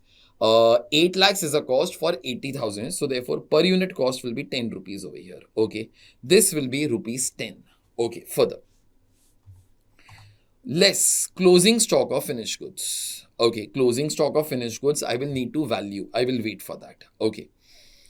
Acha, A Limited wants a profit of 20% on sales. So therefore, see what I have written over here. 1/5 of sales or 1/4 of cost. But let's try to be arriving at cost. Okay. Now, I am just trying to be ensuring that I have done all the calculations proper. 3,40,000 plus 8 lakhs less 16,000. Sorry. 3,40,000 plus 8 lakhs plus 16,000 less 1,80,000. So therefore, this is 9,76,000. 6,30,000 plus 63,000. It's 6,93,000. 6,93,000. Add 41,000 as wages and salaries to the job workers. Okay, so therefore 17,10,000. Okay, this is altogether correct. Now all the factory overheads 218,700. 218,700 plus 173,400 plus 50,000 plus 30,000 plus 617,900. Okay. So therefore, this is 10,90,000. 10,90,000 plus 17,10,000. So therefore, this will be giving you all 28 lakhs. Add opening stock less closing stock. So therefore, add 5,50,000 less 3,50,000. So therefore, in this case, it will be 30 lakhs. Okay. Then add 4,30,000. Okay. Add 7,20,000. Okay. Less 50,000. Okay. Add 3 lakhs. So therefore 44 lakhs. Now see, 44 lakhs is the cost of producing how many units beta? 4,40,000. Okay. 4,40,000. So therefore divide, it will be coming to 10 rupees as such. Okay. Now this 10 rupees will be used for valuing my closing stock, because my closing stock will be out of my current year's production because the opening stock is sold. So therefore 10 rupees per unit into 70,000 units. Okay, so therefore this will become 7 lakhs. Okay. Now, so 44 lakhs, add 8 lakhs, less 7 lakhs. So therefore, this will become 45 lakhs. 45 lakhs in case you want to be completing per unit, which is not required, but in case you do, then please divide by quantity sold. That was 4,50,000. Okay, then let's add up all the admin. So therefore, 12 lakh 40 plus 3 lakh 60 is going to be 15 lakhs, 16 lakhs plus 5 lakhs. So 21 lakhs. Okay, add 21 lakhs. Further, in this case, your selling overhead. So therefore, that is 9 lakhs. Cost of sales will be 75 lakhs. Into 1/4 of that is going to be your profit. So therefore, 18 lakh 75,000 is your profit. You add it up. So therefore, your sales will be 93 lakh 75,000. As I told, there could be an alternate answer. If your carriage inwards amount is different, then please adjust all the amounts to separately. Okay. That's it. Whatever I had to be doing, that thing is altogether done. Okay. So that's it about your cost sheet. This cost sheet could have taken time for you all in exams. But believe me, cost sheet questions are the easiest as far as marks go. One thing I repeat, you do not need to attempt 100 marks paper to get 50 marks. You need to be attempting 80 to 90 marks in a proper way. In case time allows, please do everything. That time don't try to be saying, sir has told to 80 or 90 marks. But attempting 80 marks properly, exactly knowing what you all are doing, preparing every damn working note the way that I do. Okay, I'm the only person who does not try to be discussing the complete answers. Sorry, I'm like one person who does not try to discuss, but I solve it. So therefore the students who have to be giving the future examination, they exactly know the kind of working notes that are needed as such. Okay, so ensure that you all do the things in that manner. Okay, chali. So my job for this question is done. Okay, this question is over.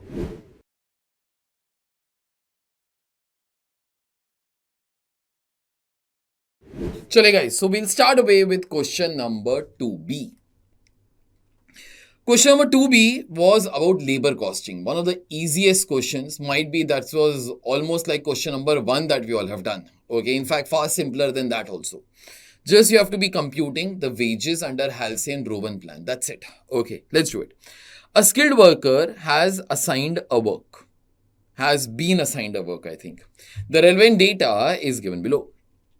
Time rate per hour is rupees 25. Okay. Time allowed is 9 hours. Okay. Time taken is 6 hours. So time saved will be 3 hours. The worker has been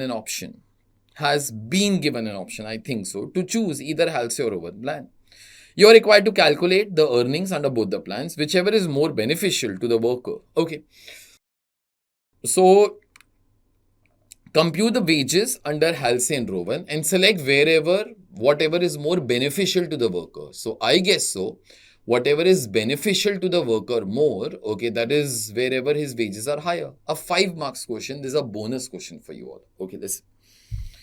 So, time allowed is 9 hours. Time taken in this case is 3 hours. So, therefore, time taken is 6 hours. So, therefore, time saved will be 3 hours. Okay. Before you compute bonus, beta, first thing to be done is that try to be computing your basic wages. Basic wages are paid for the number of hours that you work. So, therefore, 6 hours into your basic wage rate, that's 25. So, therefore, 150 rupees will be your basic wages. And now the bonus part comes. If it is Halsey, those guys have told 50%. Okay. So, therefore, our formula is 50% of time saved, that is 3 hours, into rate per hour, that's 25. So, therefore, bonus will be coming to 37.5. So, basic wages of 150 plus bonus of 37.5. So, therefore, total wages will be 187.5 under Halsey. But under the bonus under the Rowan system, it doesn't work like this. There, you would try to be applying this formula, time saved upon time allowed into basic wages. So, therefore, time saved is 3 hours. Time allowed is 9 hours. So, 3 upon 9 into your basic wages. Basic wages is 150. So, therefore, in this case, it will be coming to 50. That's it. So, 150 plus 50 in this case, that will be 200. Okay. So, under Halsey it comes to this. Under Rowan, it will be coming to this.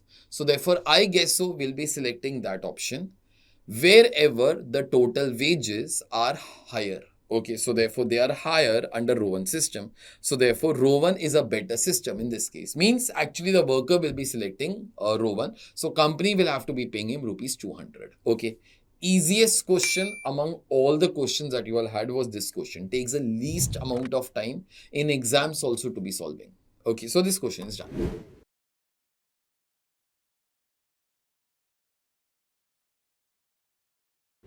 Chalik, so we are going to be starting with question number 3A. This question was on process costing. I've told so many times in exams, any other chapter might be coming or not, but process costing always comes.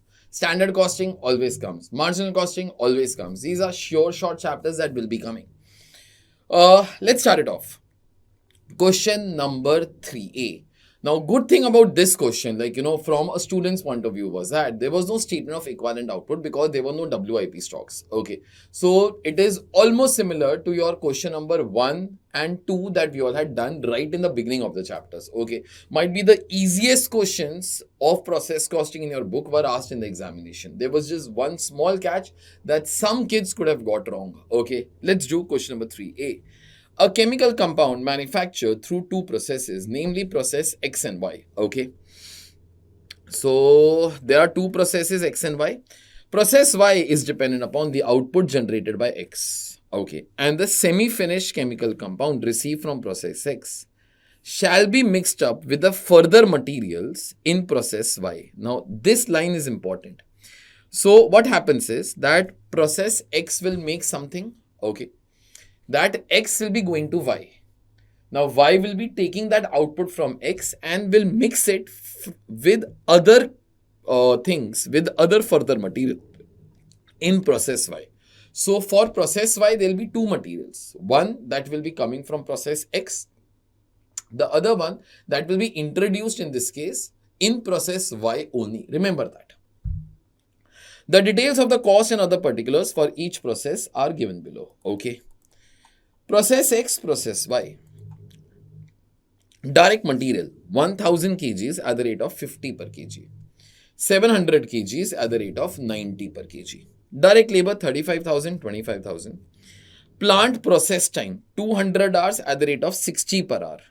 I'll just multiply. So therefore 200 into 60, 12,000. 120 hours at the rate of 80 per hour. So therefore, this will give you 9,600. One thing, I'll multiply this also. 1,000 into 50 will be giving you all 50,000. 700 into 90 will be giving you all 63,000. Okay, further. Expected output is 75% of input. See, if your expected output is 75% of input, that itself will mean normal loss will be 25% of input. Okay. Over there, 80% of input. So therefore, over here, normal loss will be 20%. If your expected output is 80%, that means normal loss is 20%. Okay, I'll require that normal loss figure. Okay, further. Actual output 700 kgs. Actual output 1150. Okay, realizable value of normal loss $8 and $5. Okay, now just one small thing. Now, coincidentally, this 700 and this 700 are same. That does not mean that they are talking of the same thing. Now, for process Y, there are two raw materials. One that is coming from here, that is 700 kgs. Obviously, that will be transferred at cost, which we will try to find out. The other one in this case is nothing but further materials. Okay, this output will be getting mixed with other chemicals. Okay, this must be the other chemicals. Okay, further. The departmental overheads was rupees 30,000 and is absorbed in each process on direct labor cost basis. Okay. So apart from direct material, direct labor and process plant time, there is departmental overheads. I'll write down over here, say factory overheads. Okay. Factory overheads in all was 30,000 and that is absorbed or divided in the ratio of direct labor cost. So therefore 30,000 will get divided in the ratio of 35,000 is to 25,000. So kindly divided. I guess that should be coming to 17,500 and 12,500. Okay. So therefore these are factory overheads. Okay. Further. Plant process time, this particular thing. Okay. Plant process time means this. Okay. Represents attributable plant runtime with respect to each process and is part of direct process cost. Okay. So therefore, this is like your direct expenses. Further, Assume no finished goods stock and no WIP stock, either at the beginning or end. Now, this makes your life bit comfortable because at this time you realize, sir, there are no WIP stock. So therefore, statement of equivalent output is not needed. Question will directly get solved. Further, prepare process X account, okay. Process Y account, okay. Normal loss account and abnormal gain account. Okay, now whatever is told, we will only be doing that. There were 2 marks for each and every account as such. Okay, we'll start away with process X. On process X debit side, basically 4 expenses come: direct material 50,000, direct labor 35,000, direct expenses 12,000, factory overhead 17,500. Those are the 4 things that I have written over here. Now, whenever in process costing you make an account, you have a quantity and amount column both. So therefore, direct material, direct labor, direct expenses. In case you wish to be writing, you can write over here. This is direct expenses and this is factory overheads. Okay. Further, normal loss. Now, normal loss is supposed to be 25% of input beta. Okay. So therefore, 1,000 into 25% will be giving you all 250, and normal loss will be scrapped at what rate? 8 rupees. So normal loss is written at scrap value. So therefore, at the rate of rupees 8, this particular figure will be 2,000. Okay. After this, the first job to be done is that try to be finding out your normal cost. How do you compute your normal cost? It is direct material plus direct labor plus direct expenses plus factory overheads less scrap value of normal loss divided by expected output. Expected output is input, that is 1,000, less your normal loss. So therefore, total of all these will be coming to 114,500. Okay. Minus your scrap value of normal loss, that is 2,000, divided by expected output. Expected output is this. Out of that, 250 was supposed to be loss. So therefore, 750 was supposed to be expected output. Pick up your calcies. 114,500 minus 2,000 divided by 750. So therefore, your normal cost was 150 rupees per unit. Okay, now that's it. This was your normal cost, or like, you all can call that thing as cost. That depends upon however you all have been taught. Okay.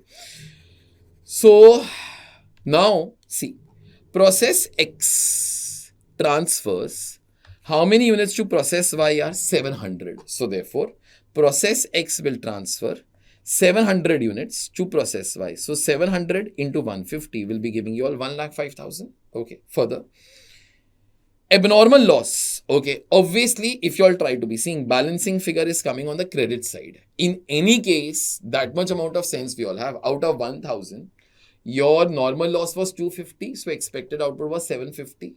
But actual output was 700. So therefore, abnormal loss of 50 units. And abnormal loss is always valued at cost. Cost means 150 here. So therefore, 50 into 150, 7,500. Now, in the accounts, no, they have not asked make abnormal loss account. Hence, I have not made that. Okay, else it is quite simple. You all can make it also, but then not needed as such. Okay, but they have certainly asked you the normal loss account. So therefore, normal loss account in this case, 250 will be coming over here. 2,000 will be coming over here. This is to process X. Okay. Now, this entire thing will be getting sold to the scrap wala guy. Okay, you'll be getting cashback. Or if it is a non-integral system, you could have written by GLA also. Whatever you wish to be writing, it is all okay. So if we were expecting scrap value of 8, if nothing is told, we will get scrap value of 8. So therefore, 250 at the rate of 8. So 2,000. Account will tally off. Okay. That is your first thing over here. This thing is altogether done. Okay. Further. Now process Y. Process Y, first thing in process Y is an entry from process X beta. So therefore, this thing I have posted over here. Okay, listen. This I'll erase off. So therefore, arrows are a bit less. Listen. So therefore, to process X. So 700. Okay. 1,05,000. This comes from up only. Okay. Then in process Y, we are putting more material, 700 kgs at the rate of 90. So 63,000. So 700 we put forward in our quantity. Okay. 63,000 is the amount after multiplying by 90. Okay. This is at the rate of rupees 90. Okay. Then wages are 25,000. I have copied, pasted. This is 9,600 and 12,500. Okay. So these three things. 25,000, 9,600, 12,500. Okay. Then on credit side, you are going to be writing normal loss. Normal loss is 20% of input. Now, input will be 2 things, beta. Input will be this, input will be this. So, therefore, total it up 1,400. 1400 into 20% will be making you all 280. Okay. And normal loss is scrapped at what rate? 5 rupees. I guess it is 5 rupees over here. Okay. Now, the moment you all do that, so therefore, 280 into 5, that is 1400. Now, after this, the first step to be done is always to be finding out normal cost. Normal cost in this case is same formula, direct material. Both of them are direct material. Okay. Do remember that this thing is nothing but material cost for process Y plus direct labor plus direct expenses plus factory overheads less scrap value of normal loss divided by expected output. So I'm picking up the calci 1,05,000 plus 63,000 plus 25,000 plus 9,600 plus 12,500 divided by, subtract 1,400 less 1,400, okay, divided by expected output. Expected output will be 1,400 less your normal loss, that is nothing but 1,120 divided by 1,120. Okay, so therefore it comes to 190.804. Now, this is your normal cost as such. Okay, that's it. My job is altogether done. Now see, process Y transfers how many units to finished goods, beta? 1150. So therefore, 190.804, okay, into 1150 units will be approximately coming to this figure, okay. And on debit side, of course, there will be abnormal gain. That abnormal gain you all can directly do also. How? Input was 1,400, okay, less 280. So expected output was 1,120, but actual output was 1,150. So therefore, 30 units was your abnormal gain. Okay, abnormal gain is also valued at normal cost or cost only are in your language. Okay, so 190.804. Okay, so 5724. Now they have asked me to be making normal loss and abnormal gain accounts also. So therefore, I'm doing that. Okay, now see. To process Y, this 280 figure comes over here. 1,400 comes over here. But then do remember, out of 280, 30 units have become abnormal gain. Okay. So therefore, to the scrap guy, you will only be selling 250 units. Okay. Obviously, 250 units at the rate of rupees 5 will be giving you all 1,250. And remaining 30 units, we did not get 150 because it became abnormal gain. That abnormal gain will be coming over here right now. Okay. So therefore, to normal loss, 30, 150. Okay. And then this thing comes from here, 30 and 5724. Put that in your abnormal gain account. So therefore, 30 and 5724. So you produce 30 units extra. Cost of that is 5724. This is your gain. But then if this is your gain, you lost the scrap on 30 units, yeah, that is 150. This is your final profit that should be getting transferred to your costing profit and loss account. Okay. You get 2 marks for each account. Okay. There were 4 accounts asked. I think I've prepared 5 because I've prepared normal loss account separately for process X and separately for process Y. Okay. I do think, and please confirm me below, everybody who is watching this video, okay, should have got this answer correct. Okay, please comment you have got process X and Y normal cost correct or not.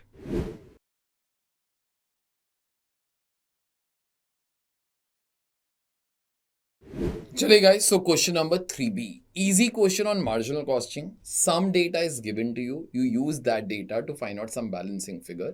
And then try to proceed with the required 3 parts. Okay. 3 parts actually is one single part, but 3 alternates. Okay, let's see. SW Limited manufactures linen bed covers. Okay, the present cost data are as follows. Variable cost of manufacturing per unit, that's rupees 200. Variable selling and distribution cost, that is 100. Okay, fixed cost is 16 lakhs. Selling price per unit, that is rupees 800. Expected profit for the coming year is 8 lakhs. Now, if you check up this entire data, you'll start to be realizing you have selling price, you have your variable cost, you have fixed cost, and then you all have profit also. But one thing that is not there in the question is number of units. This thing should be coming to your mind. Okay, it's easy. It will come if you'll try to be making a normal format also.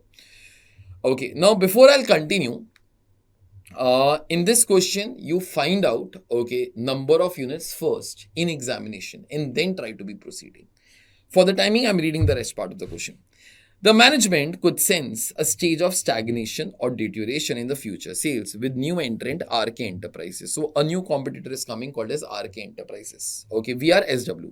SW has approached one of the marketing consultant for the study of cost, volume, profit analysis. The firm suggests three alternates to fuel the sales growth by tinkering with the selling price. So we approach a consultant. That consultant has given us three alternates. He says try to be changing the selling price, and then few things will change.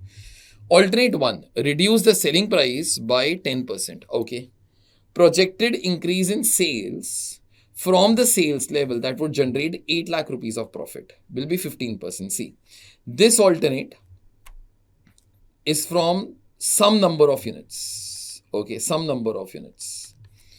So if you reduce your selling price by 10%, then whatever are the number of units over here, because this is at 8 lakh rupees profit, that is this particular level. Okay. Your number of units sold will be increasing by 15%. So decrease the selling price by 10%. Okay. Number of units sold will increase by 15%. Over here, you reduce the selling price far more, 12.5. Your sales in units will increase by 20%. Obviously, more selling price you reduce, demand will become higher. You reduce it by 15% now. Okay. This thing will be increasing by 25%. Required, calculate the effect on the profits under each alternate and recommend which alternate is most likely to be adopted to get maximum profit. So what I have done, see, first of all, try to be taking original data. You have selling price 800 on top, variable manufacturing and S&D cost. So therefore contribution per unit is 500. Now start from down. Profit is there of 8 lakhs. 8 lakh rupees profit is over here. Okay. Fixed cost is nothing but 16 lakhs. So therefore 8 lakhs plus 16 lakhs, total contribution will be 24 lakhs. 24 lakhs divided by 500. I'm picking up my calci. 24 lakhs divided by 500. So therefore that's how you get 4,800 units. Okay. Now listen to me very carefully. Now only concentrate on this number, that is your selling price, and concentrate on this particular number, 4,800. And now try to be doing all the things. Okay, what things? Reduce the selling price by 10%, 12.5 and 15%. So therefore under alternate one, I reduced it by 10%. 800 less 10% is 720. I reduced it by 12.5%. 800 minus 12.5% is 700. And then 800 less 15%, that will be giving you all 680. Okay, so therefore reduce the selling price by this much. Okay, number of units will be increasing by 15%. So this is 4,800. Increase it by 15%. So therefore 4,800 plus 15%. This will be 5,520. Okay.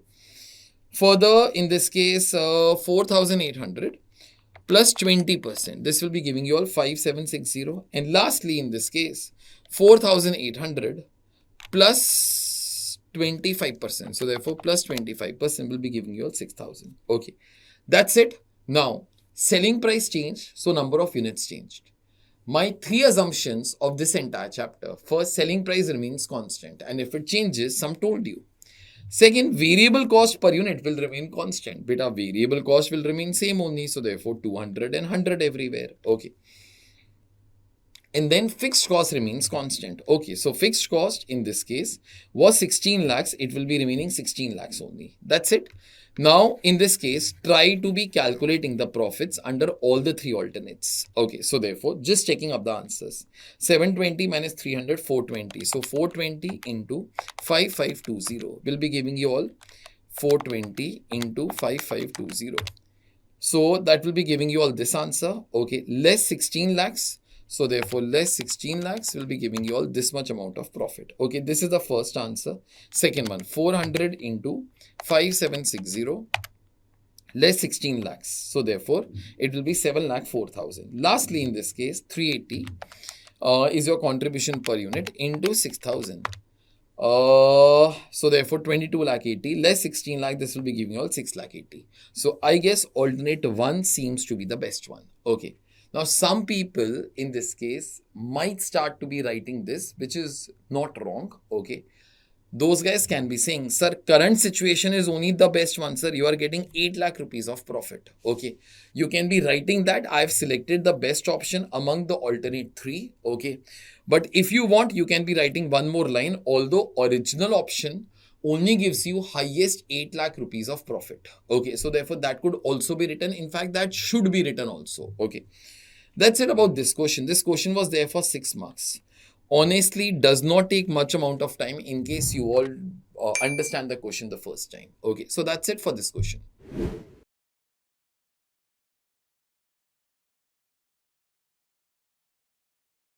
Chale guys, so question number 4A we will be doing. Now this question is on service costing, chapter number 12, or operating costing, costing of service sector, whatever you all wish to be calling. This is on a company which operates a transport service. Now for transport service, we had suggested this thing in all our videos also. That try to be putting all the cost in 3 parts. First of them in this case will be your fixed cost or standing charges. Second will be your variable cost, okay, your oil, petrol, up and so on. The last one in this case will be your semi-variable repairs cost, okay. In case you jumble it up also, final answer will be remaining same only, but then it is better that you all do it. Okay, listen. Let's do this question. This is question number 4A. XYZ Transport is running a bus between town A and town B, which are 25 kilometers apart. So A to B in this case is 25 kilometers. So 25 kilometers going, 25 kilometers coming. Let's proceed. The bus will be making 4 rounds every day, on an average carrying 30 passengers in each trip. Okay. So if I count in a day, I guess there is one single bus. It is written a bus. Okay, so that's not a problem. So 25 kilometers going, 25 kilometers coming. So 50 kilometers into 4 trips. So therefore, per day, it will become 200 kilometers. Let's proceed. The bus cost the company a sum of rupees 5 lakhs. Okay. It has been insured at 2% per annum. Okay, so this is the insurance cost, 2% per annum. Okay. And annual tax amount will be 2000 rupees. This is annual tax. Now over here also I told you all the biggest mistakes that you will be doing is that some things you'll try to be taking for 1 month. Some things you'll try to be taking for 1 year. Ensure that everything is there for a common period. Okay. So this is annual. Okay. This is also per annum, but this figure is per month further. Annual repairs, in this case, these are annual repairs, will be 8,000. Okay. And the bus is likely to be lasting for 5 years. Fine. The driver's salary will be rupees 15,000 per month. Conductor's salary will be rupees 12,000 per month.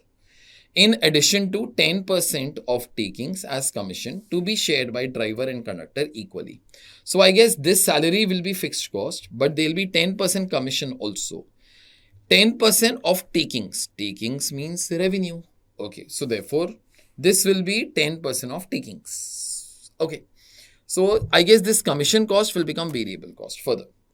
The cost of stationery will be 800 per month. Okay, manager come accountant salary will be 35,000 per month.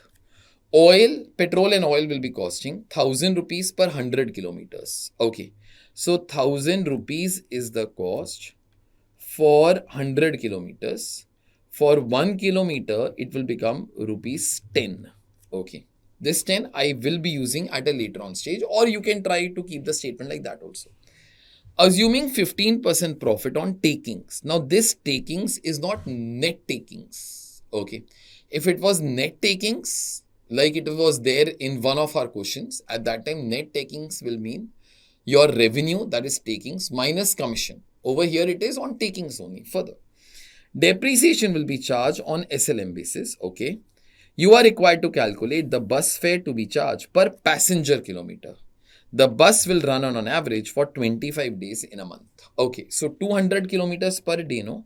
Into 25 days. So 200 into 25. So bus will be running for 5,000 kilometers. The bus will be running for 5,000 kilometers. Okay. Listen. Let's try to be making operating cost statement for 1 month. You can try to be making it for 1 year also. Final answer will be remaining same only, but I'm doing all the things for 1 month. So 2 working notes I thought I'll be making first. First, number of kilometers in this case for the bus in 1 month. So therefore, Calculation of number of kilometers per month. So 25 plus 25 going and coming into 4 trips into 25 days, 5,000 kilometers. And then those guys had told us that every kilometer will be having on an average 30 passengers. So 5,000 kilometers into 30 passengers will be giving you all 1,50,000 passenger kilometers. Okay. 1,50,000 passenger kilometers. Okay, you will require this thing because in the end you'll have to be trying to find out fare per passenger kilometer. Okay, now let's start to be gathering all the expenses for 1 month. So first of all, the bus. Now see, whenever I read any expense, try to think it is fixed or variable and what will be the amount for 1 month. Okay, and there's only one bus, not many buses. The bus cost 5 lakh rupees. This is the capital cost. On that you try to be calculating depreciation. So 5 lakhs divided by 5 years, it will be 1 lakh. But 1 lakh is the depreciation per annum divided by 12. So therefore, 8,333 will be the depreciation. Obviously, that will be a fixed cost. Further, it has been insured at a premium of 2% per annum. Okay, so therefore, 5 lakhs. Insurance premium is 2%. So therefore, 10,000. 10,000 will be per annum divided by 12. So therefore, it will be 833. Further, again, fixed cost. This is insurance. Okay, fixed cost. Annual tax will be 2,000 rupees. Okay, but it is annual tax. So therefore divide by 12. So therefore it will be 167. Okay, again fixed cost. It is taxed, no, as such. It will be something kind of like, the transport tax that you all pay or something. Okay, garage rent is 500 per month. So directly we all can copy, and garage rent will be fixed only. So 500. Further, annual repairs will be 8,000. So 8,000 rupees divided by 12. Okay, so therefore 667. Now repairs will be nothing but your semi-variable cost. Okay, so I must have written somewhere repairs. That is 8,000 into 1 by 12. Now, in case somebody has included that as part of standing charges also, don't worry. Maximum ICAI will deduct around 1 mark or something. Okay, in end, the total is more important. Further, the driver's salary will be 15,000 per month and conductor will be 12,000. So 15,000 plus 12,000 over here. That will be this answer. Okay, further. The cost of stationery will be 800 per month. All these are fixed cost only here. So therefore 800 per month. Manager cum accountant salary is 35,000. Both of them are per month only. Both of them are fixed only. So 800 and 35,000. Okay, further. Petrol and oil will be 1,000 rupees per 100 kilometers. And we will be running how many kilometers, beta? 5,000. So therefore, 5,000 into 1,000 upon 100. So therefore, it will be 50,000. So therefore, 50,000 in this case will be your variable charges. Okay, that is your petrol and oil. Okay, further. So this much is altogether done. I will just rub out few things. So therefore, it becomes a bit neater. Okay, so this thing is altogether done. Now, one thing that remains is that the driver and conductor, okay, will be getting this much commission also.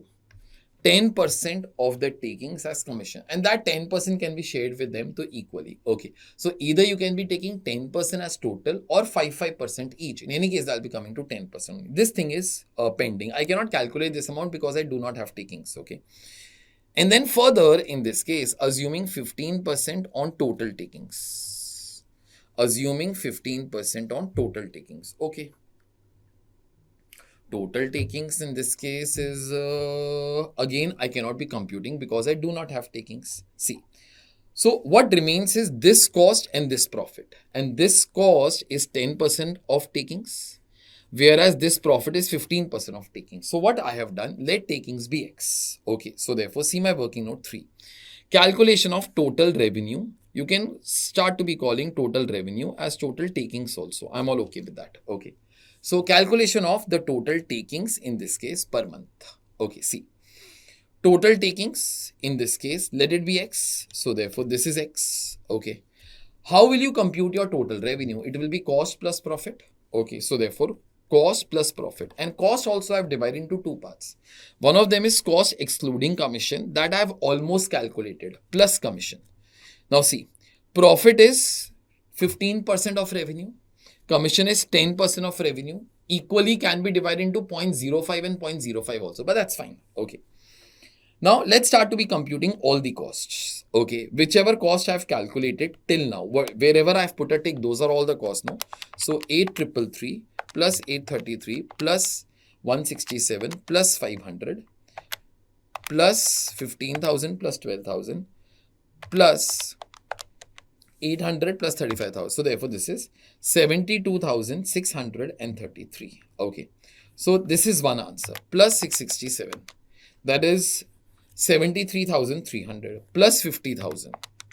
So therefore your total cost excluding commission is 123,300. That amount I have put over here. Okay. So this cost plus commission cost, because that's the only cost that remains. Commission cost is 10% of your total takings. 10% means 0.1. So 0.1x.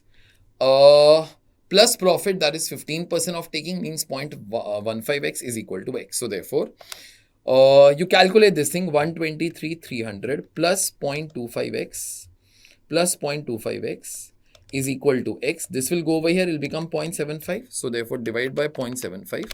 So therefore, total revenue will be 164,400. Okay, that's it. Now see, I calculated that revenue 164,400. Okay. Then I calculated profit as 15% of that. Okay. 24,660. You might not have taken the decimals. That's okay. I've done most of the things on Excel. So therefore, those decimals have also come. Your commission is 10% of taking. So therefore, 10% of this has come over here. Okay. So therefore, this is your total revenue. Now, this is to be recovered from all the passengers over all the kilometers in the entire month. And in the entire month, number of passenger kilometers was 150,000. Okay. That I calculated in working number 2, no, as such. Okay. So therefore, this figure divided by 150,000. So therefore, just a sec, 164,400 divided by 150,000. So therefore, approximately your answer will be 1.096. I've taken the rounded off figure, that is 1.1. This will be the fare per passenger kilometer. That should have been your final answer. Okay.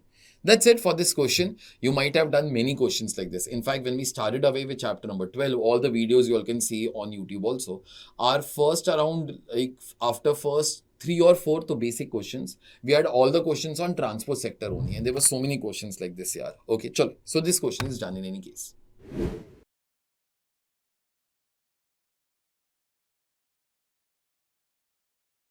Chali, let's start it off with question number 4B. This question was on overheads and job costing. Both you can try to be saying a merger of them. But then in any case, whenever I have done chapter number 4, I have done chapter number 8 and 9. That is batch and job costing along with that here. Okay, so this question is on that. Okay, let's do it.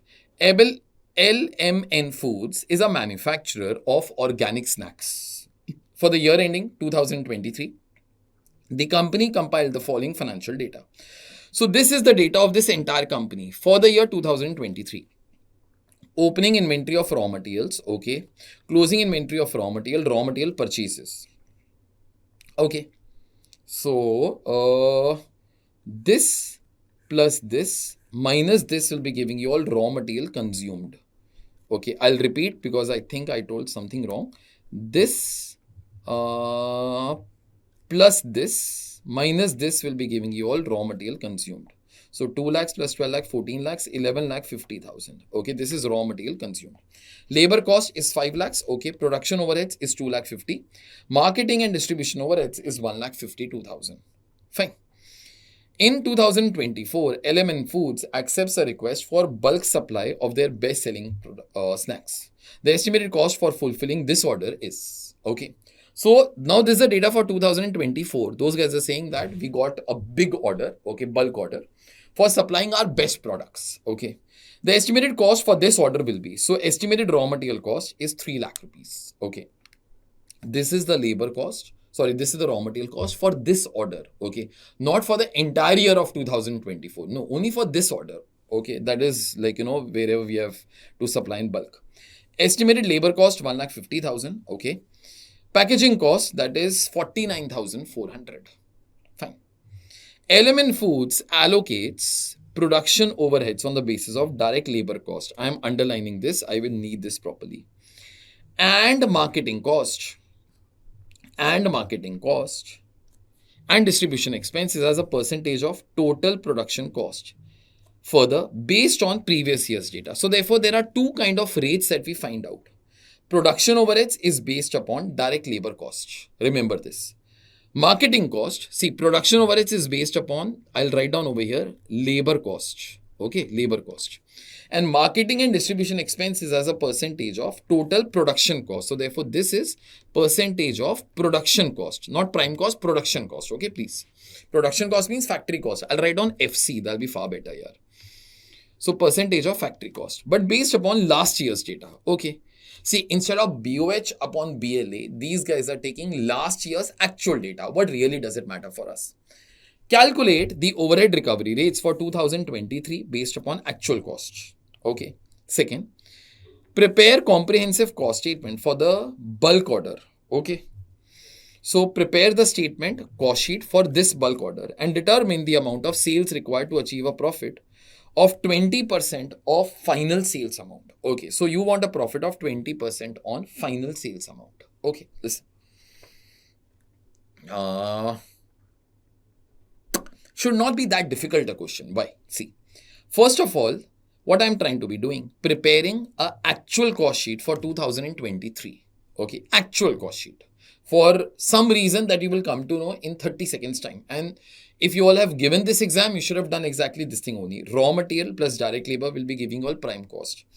Add factory overheads will be giving you all factory cost. Add marketing and distribution overheads, that will be giving you all total cost. So only 4 costs I added, beta. See, raw material consumed plus 5 lakh rupees of labor cost, that will be giving you all prime cost, that is 16 lakh 50,000. Okay. Plus production overheads of 2.5 lakhs. So therefore, that will be giving you all 19 lakhs plus marketing and distribution overheads 1,52,000. So therefore, add 1,52,000. That will be giving you all 20,52,000. Okay. Now, listen to me very carefully. Very carefully. Listen. Now, currently, our factory overheads rate. Okay. Production overheads means factory overheads. We allocate production overheads based upon labor cost. So therefore, this is calculated as a percentage of this. 2.5 lakhs upon 5 lakhs will be giving you all 50% of labor cost. That is your first absorption rate.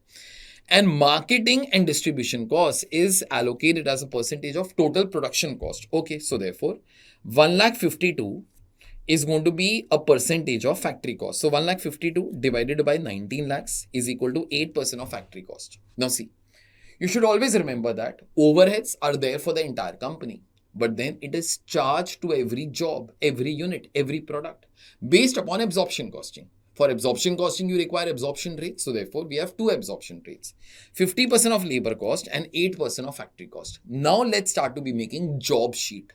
Job sheet means cost sheet for that job. Job means bulk order that we all have got.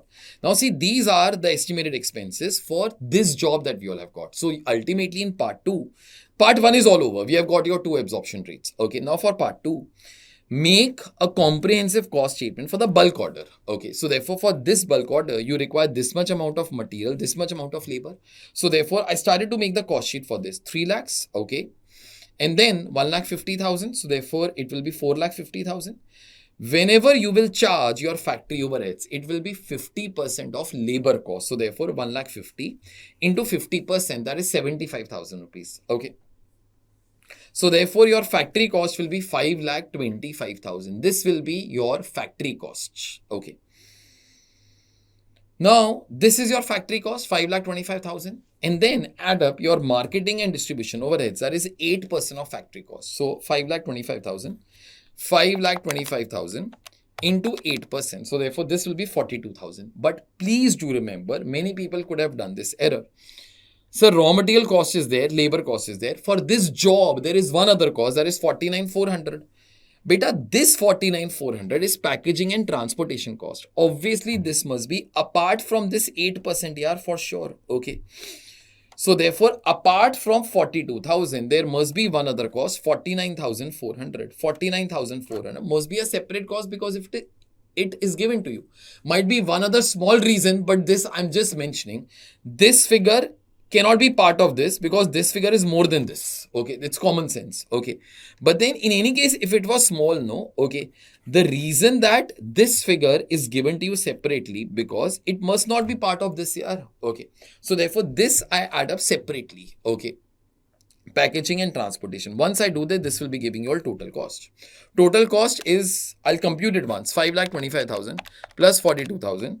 Okay, plus 49,400, 616,400. Profit percentage is, see over here, 20% on final sale, 20% is 1/5 of sales or 1/4 of cost beta. So into 1/4, that is 154,100. You add it, this is 770,500. Is that all okay? 770,500. This gives you the final answer as such. Okay, so this is the sales that is needed. Okay, so this was just that, whichever questions we all did for job costing, we all did like, the unit tech question, which took us around 3 hours, is there on YouTube also.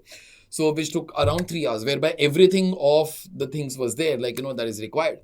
So why is job costing there? Job costing is there because overheads belong to the company.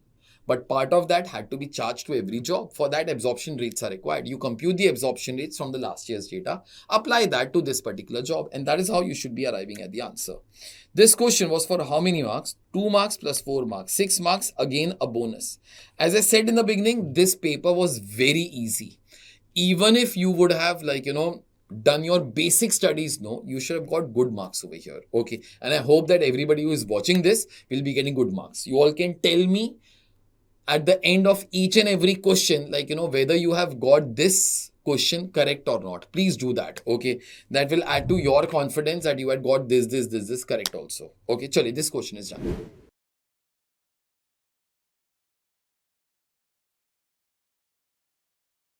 Chale, question number 5A. This question was on standard costing, 6 marks, and actually only on labor. And there was only one type of labor. So mix variance or yield variance, all those things don't even come also. One thing that ICAI had done good, and I really hope that everybody got it correct.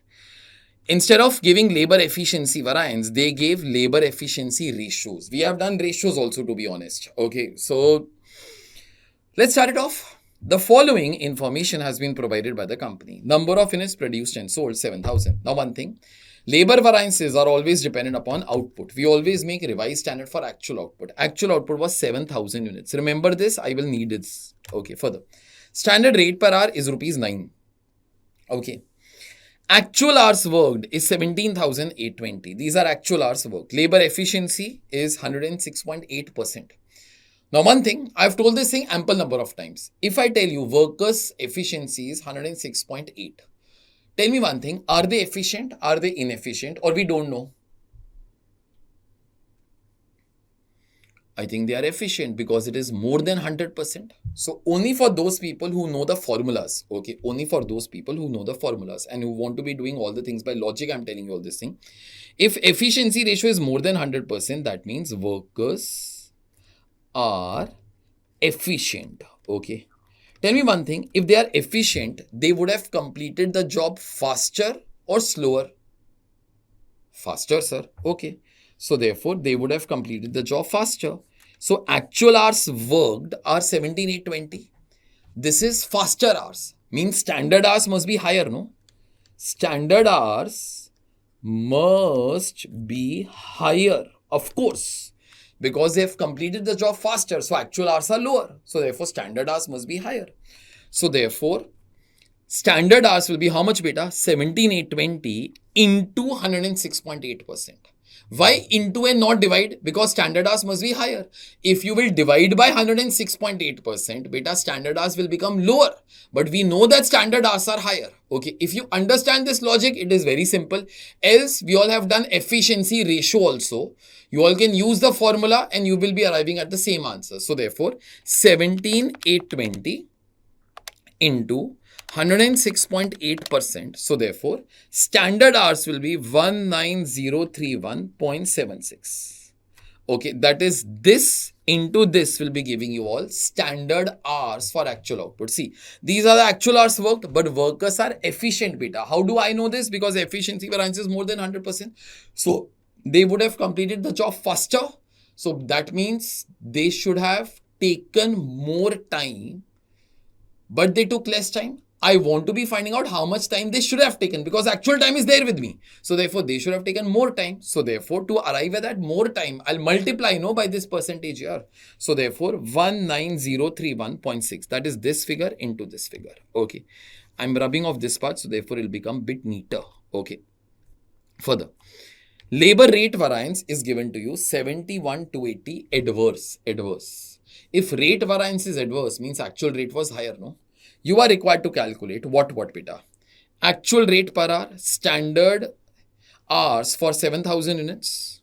In fact, this is one thing that I have found out. 19031.76. Okay. And how I have got this?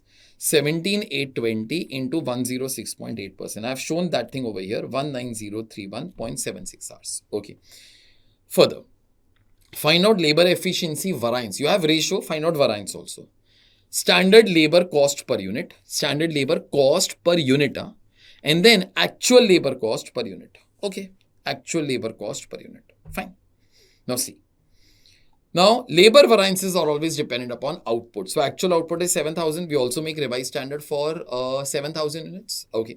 Standard rate per hour is given to you as 9. Okay. In the question only, it is given to you as 9.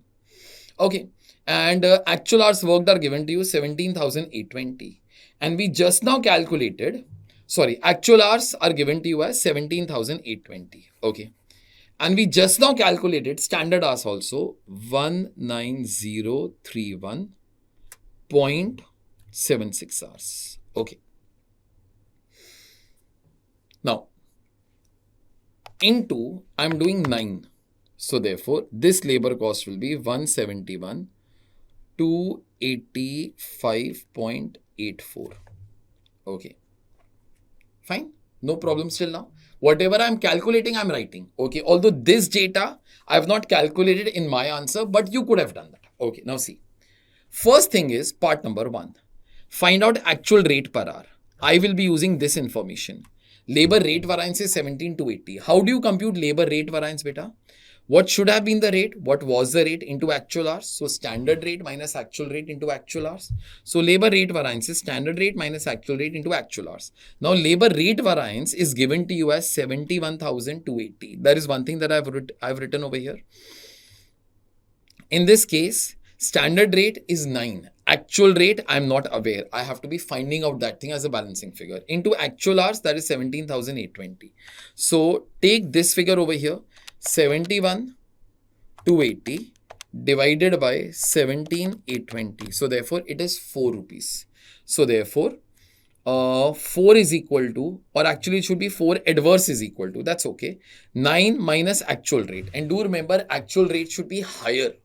Somebody can ask why? Because variance is adverse. So therefore, actual rate must be higher. So 4 plus 9, actual rate must be 13. So therefore, actual rate must be 13 over here. Okay. So 17,820 into 13. So therefore, 231,660. This is one number that I've calculated over here also. Okay. Now see. So actual rate per hour is rupees 13. That is done. Okay. It's always better that in exams now you prepare a list 1, 2, 3, 4, 5, like how we all do in class, and then write down the final answer. So therefore, for examiner, it's easier to search. Okay. Further, labor efficiency variance. Now, labor efficiency variance is very simple. How many hours workers should have taken minus how many hours they took, okay, into the standard rate per hour. Okay, that is whatever I must have done over here. Labor efficiency variance is equal to standard hours minus actual hours into this. So, therefore, 19031.76 minus 17820 into 9. 10905.84, and workers are efficient, they complete the job faster, so therefore it is favorable. Okay, so therefore efficiency variance is also done. Last two things, standard labor cost per unit. Now what I have done and what you could have done, see, this is the standard labor cost for 7,000 units. Please divide 171,285.84 divided by 7,000. Okay, you will arrive at the answer. Your answer will be 24.47. Okay, that is one way to be doing. Or what I have done over here, This is the standard labor cost. Sorry, this is the standard labor hours for 7,000 units. Kindly divide 19031.76. These are the standard hours for 7,000 units. So please divide by 7,000. So therefore, that will be giving you all 2.719 hours. Okay. And standard wage rate is 9 rupees. So into 9 will be giving you all the same answer, 24.47. Okay. That job is also done. Lastly, actual labor cost per unit. See, this is actual labor cost for 7,000 units. Please divide, no? 231,660 divided by 7,000. This is 33.09. Okay, 33.094. That should be your answer as such. Okay. With that, I guess all the things that we had to be doing for this question are all over. Okay, your standard costing could have been very tough. Okay. Only thing tough in this question was that efficiency ratio that you all should have thought properly. Okay. Rest, I guess it is your basic application of all the things. Okay, that's it for this question.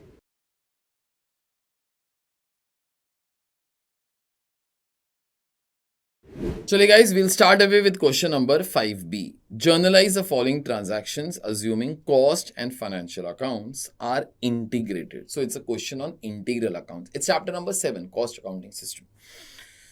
So I guess every transaction will be having one mark here. Wages paid, 20% indirect. So 80% will be direct wages, 20% will be indirect wages. Indirect wages are part of factory overheads. Okay, further. Second one, S&D overheads incurred. Okay, deficiency found in stock taking. This word is very important, normal. Okay. Factory overheads underabsorbed. Okay. So, we'll start it off with this. Wages paid indirect. Now, I've broken this entry into the way that we all solve it. 3 entries. First of all, you pay your wages. So, therefore, wage control account debit to cash bank, 2 lakh rupees. Out of that, 80% is direct wages. So, therefore, should be getting transferred to WIP account. So, therefore, WIP control account debit to wage control account, 1,60,000. That's 80%. Okay. And then indirect wages form part of factory overheads. So transfer it to factory overheads. So factory overheads control account debit to wage control. Okay. So 40,000. Okay. That is, I guess, your first part over here. Okay. Then the second part. S&D overheads incurred. So S&D overheads account debit to cash bank. Okay. You could have written GLA also, but accounts are integrated. So therefore, it will be to cash bank only. GLA will become wrong over here. So S&D overheads control account debit to cash bank. Further, deficiency found in stock of raw material. So therefore, you counted the stock. Okay, and there was some shortage, and this shortage is normal. If it is normal, it gets transferred to factory overheads. If it is abnormal, it gets transferred to costing P&L account. Okay, so therefore now there will be shortage. So SLC account credit side, no? Okay, so therefore factory overheads control account debit, you will be debiting it to factory overheads account. Okay, and obviously it will be credited to SLC account. The balancing figure will be coming over there only. That amount is of 80,000 rupees. Okay, further. Factory overheads underabsorbed. If factory overheads are underabsorbed, so therefore, if suppose this is your FOH account, okay. If underabsorption is there, it will be coming on credit side here. Okay. Now, there are a lot of options that are there, but one option that is not there, that is carried forward because it is integral account. So, if you all remember, it cannot be carried forward. If you carry forward, then in that case, it should be coming in balance sheet also. Now, it is neither an asset nor a liability. Therefore, under integral accounts, carry forward system is not allowed. Rest, any other thing is all okay. So, therefore, you can transfer it to cost of sales or costing P&L account. Okay. Some people try to open P&L adjustment account and transfer over there. Even that particular thing will be okay. So, therefore, some kids could have written P&L adjustment account also. Okay. The choice is yours. You could have written that particular thing. Okay. So, I guess one of your shortest questions here. So just 4 transactions, 4 entries, and that should be it. Okay, chali. Now just comment, only those people comment who got all the 4 entries correct. Okay, all the 4. So who will be getting 4 marks over here? Yes, in case of the first transaction, you could have passed a combined entry. That thing is okay. Okay, but overall your funda should be correct. Okay, that's it for this question.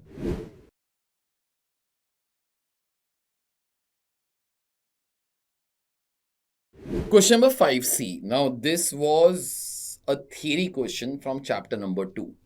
I don't know how many people could have solved it, but even if you would have thought, there are a lot of questions like this in labor costing also that we all have done. So from there, like almost the situations are same. So treatments are almost same. Listen. Now this was actually for 1 mark over here. Okay. This I think was for a mark. This one, and discuss the treatment. This was there for 3 marks. So in and it was there for 4 marks. Define spoiled work and defective work.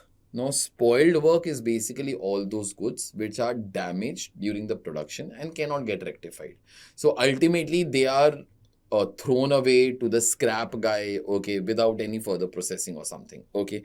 That is whatever is meant by the term spoiled work. So spoilage, it is a term which is used for materials which are badly damaged in manufacturing operations and they cannot be rectified economically and hence taken out of the process to be disposed of in some manner without further processing. The other work is defectives. Now, defectives are those goods which do not meet a certain standard of production, okay. They can arise obviously due to various reasons. The workers making the mistake, okay. The materials being of a substandard type, okay. The inspection was not proper, okay. The planning was not proper. The machines were not set up properly. Those particular reasons, okay.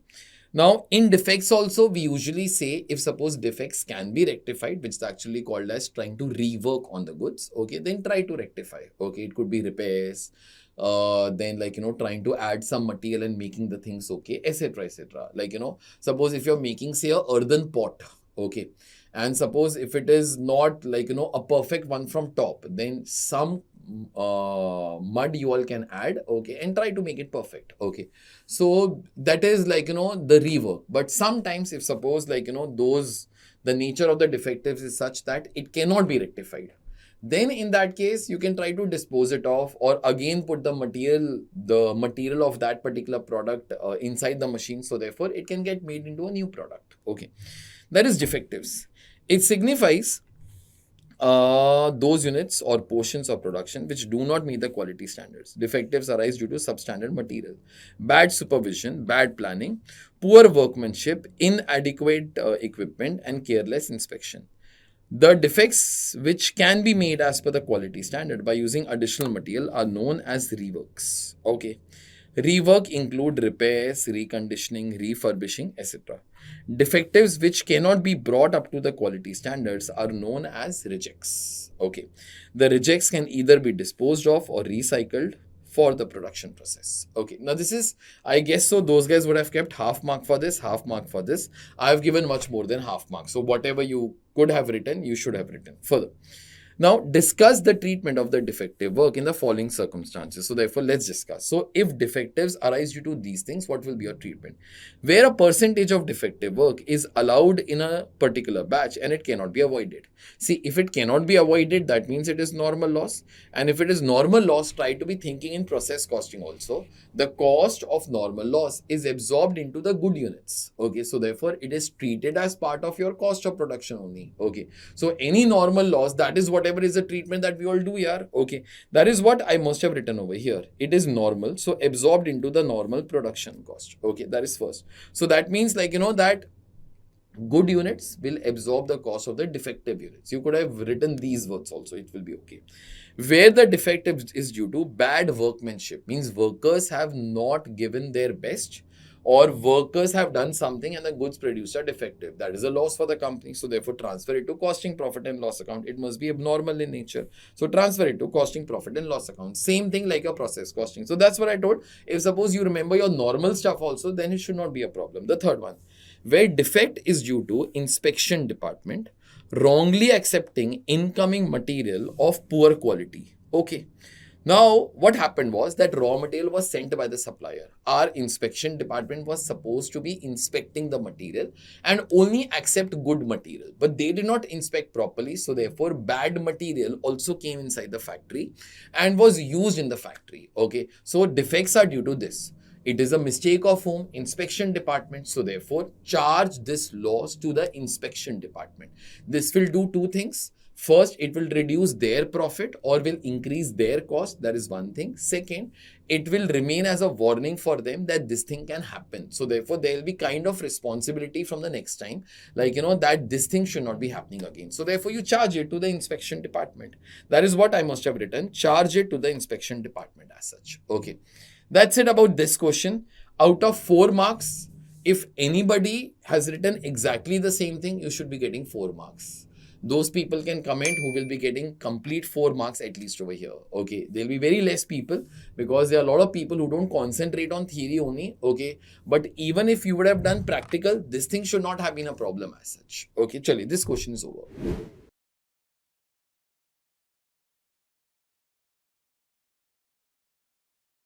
So let's start it off with question number 6. Now, one thing I told right in the beginning that I'm not going to be taking much time for discussing because this is simple theory. Like question number 6 say, what are the steps that are involved in reconciliation of costing and financial accounts?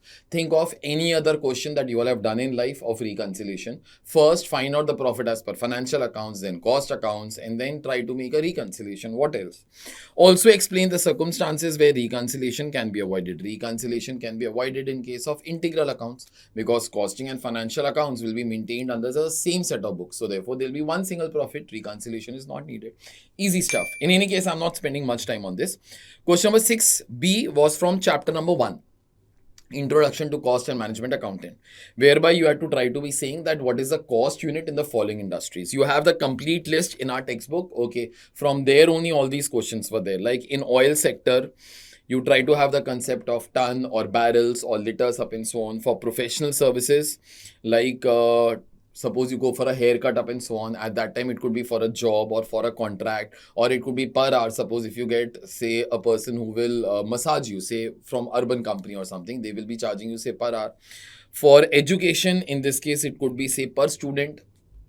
Okay, per successful student, or it could be like, you can try to be finding out cost per hour. So state the cost unit, means how you try to measure your cost. Okay, for brick making it will be per brick. Okay, for engineering it will be contract or job. Engineering companies are what, like, those companies who will be taking, like, contract to do something, say, like, to make a machinery for you all. Okay, so therefore the cost will be per contract or per job. All these things are too simple. For electricity it will be, say, the kilowatt up and so on. For hotel sector it will be room days. For coal mining, in this case it could be per ton or something. Okay, for brewing it will be barrels. For hospitals it will be bed days, or like, patient days, or bed nights, if you all remember your chapter number 12. Okay, so quite easy stuff, to be honest. Okay, and then in 6C, how do you divide cost to the service departments? All these things were there. Exactly the same question we all have in chapter number 4 here. So therefore in chapter number 4, how you try to be dividing cost to the service departments, that particular thing is there. Okay, so this is end of your entire paper. Now, I always make it a point that I do not only try to discuss that it is tough or easy. That thing is like, trying to preach you all, giving you all gyan. Okay. I take out time the day when paper is done by the institute.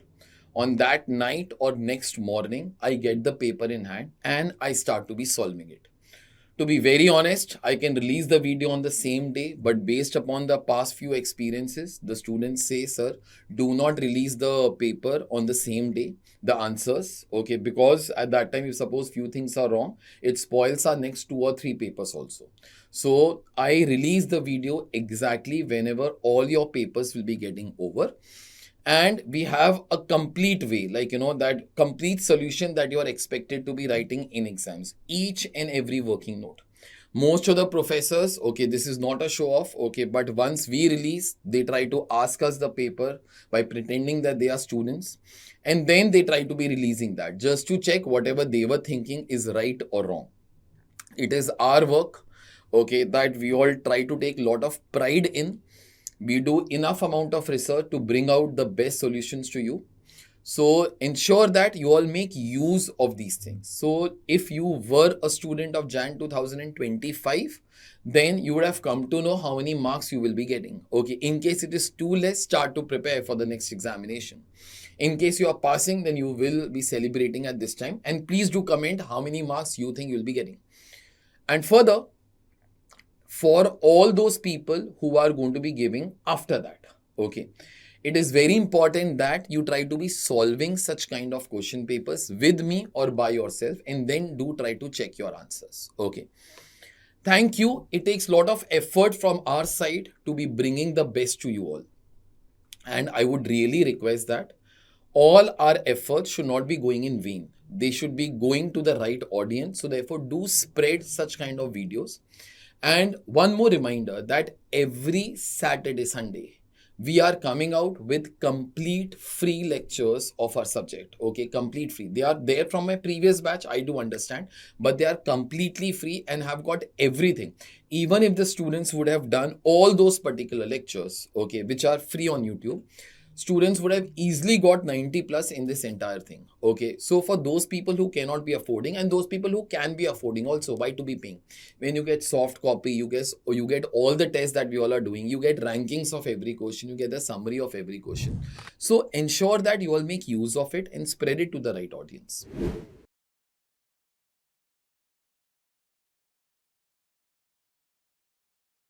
Towards the end, this is whatever I always say in all my past solutions, you will be getting the same thing. If you do dare to dream big, then do something about it. And this is the time to be doing something about it. Do not waste your time by watching the phones, watching the movies up and so on.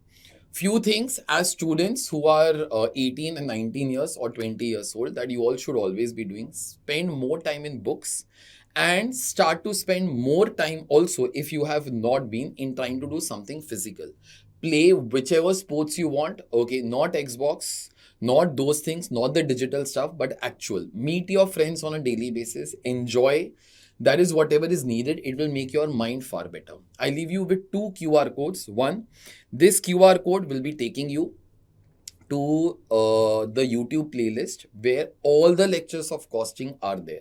And below each and every video, okay, you have a description what all is covered up in that video, including the timeline. So if you want to be watching any specific question, you can click over there, directly the video of that question comes. Okay, that is one thing. Second, below in the details, you will get the soft copy, everything that you all will need. Okay.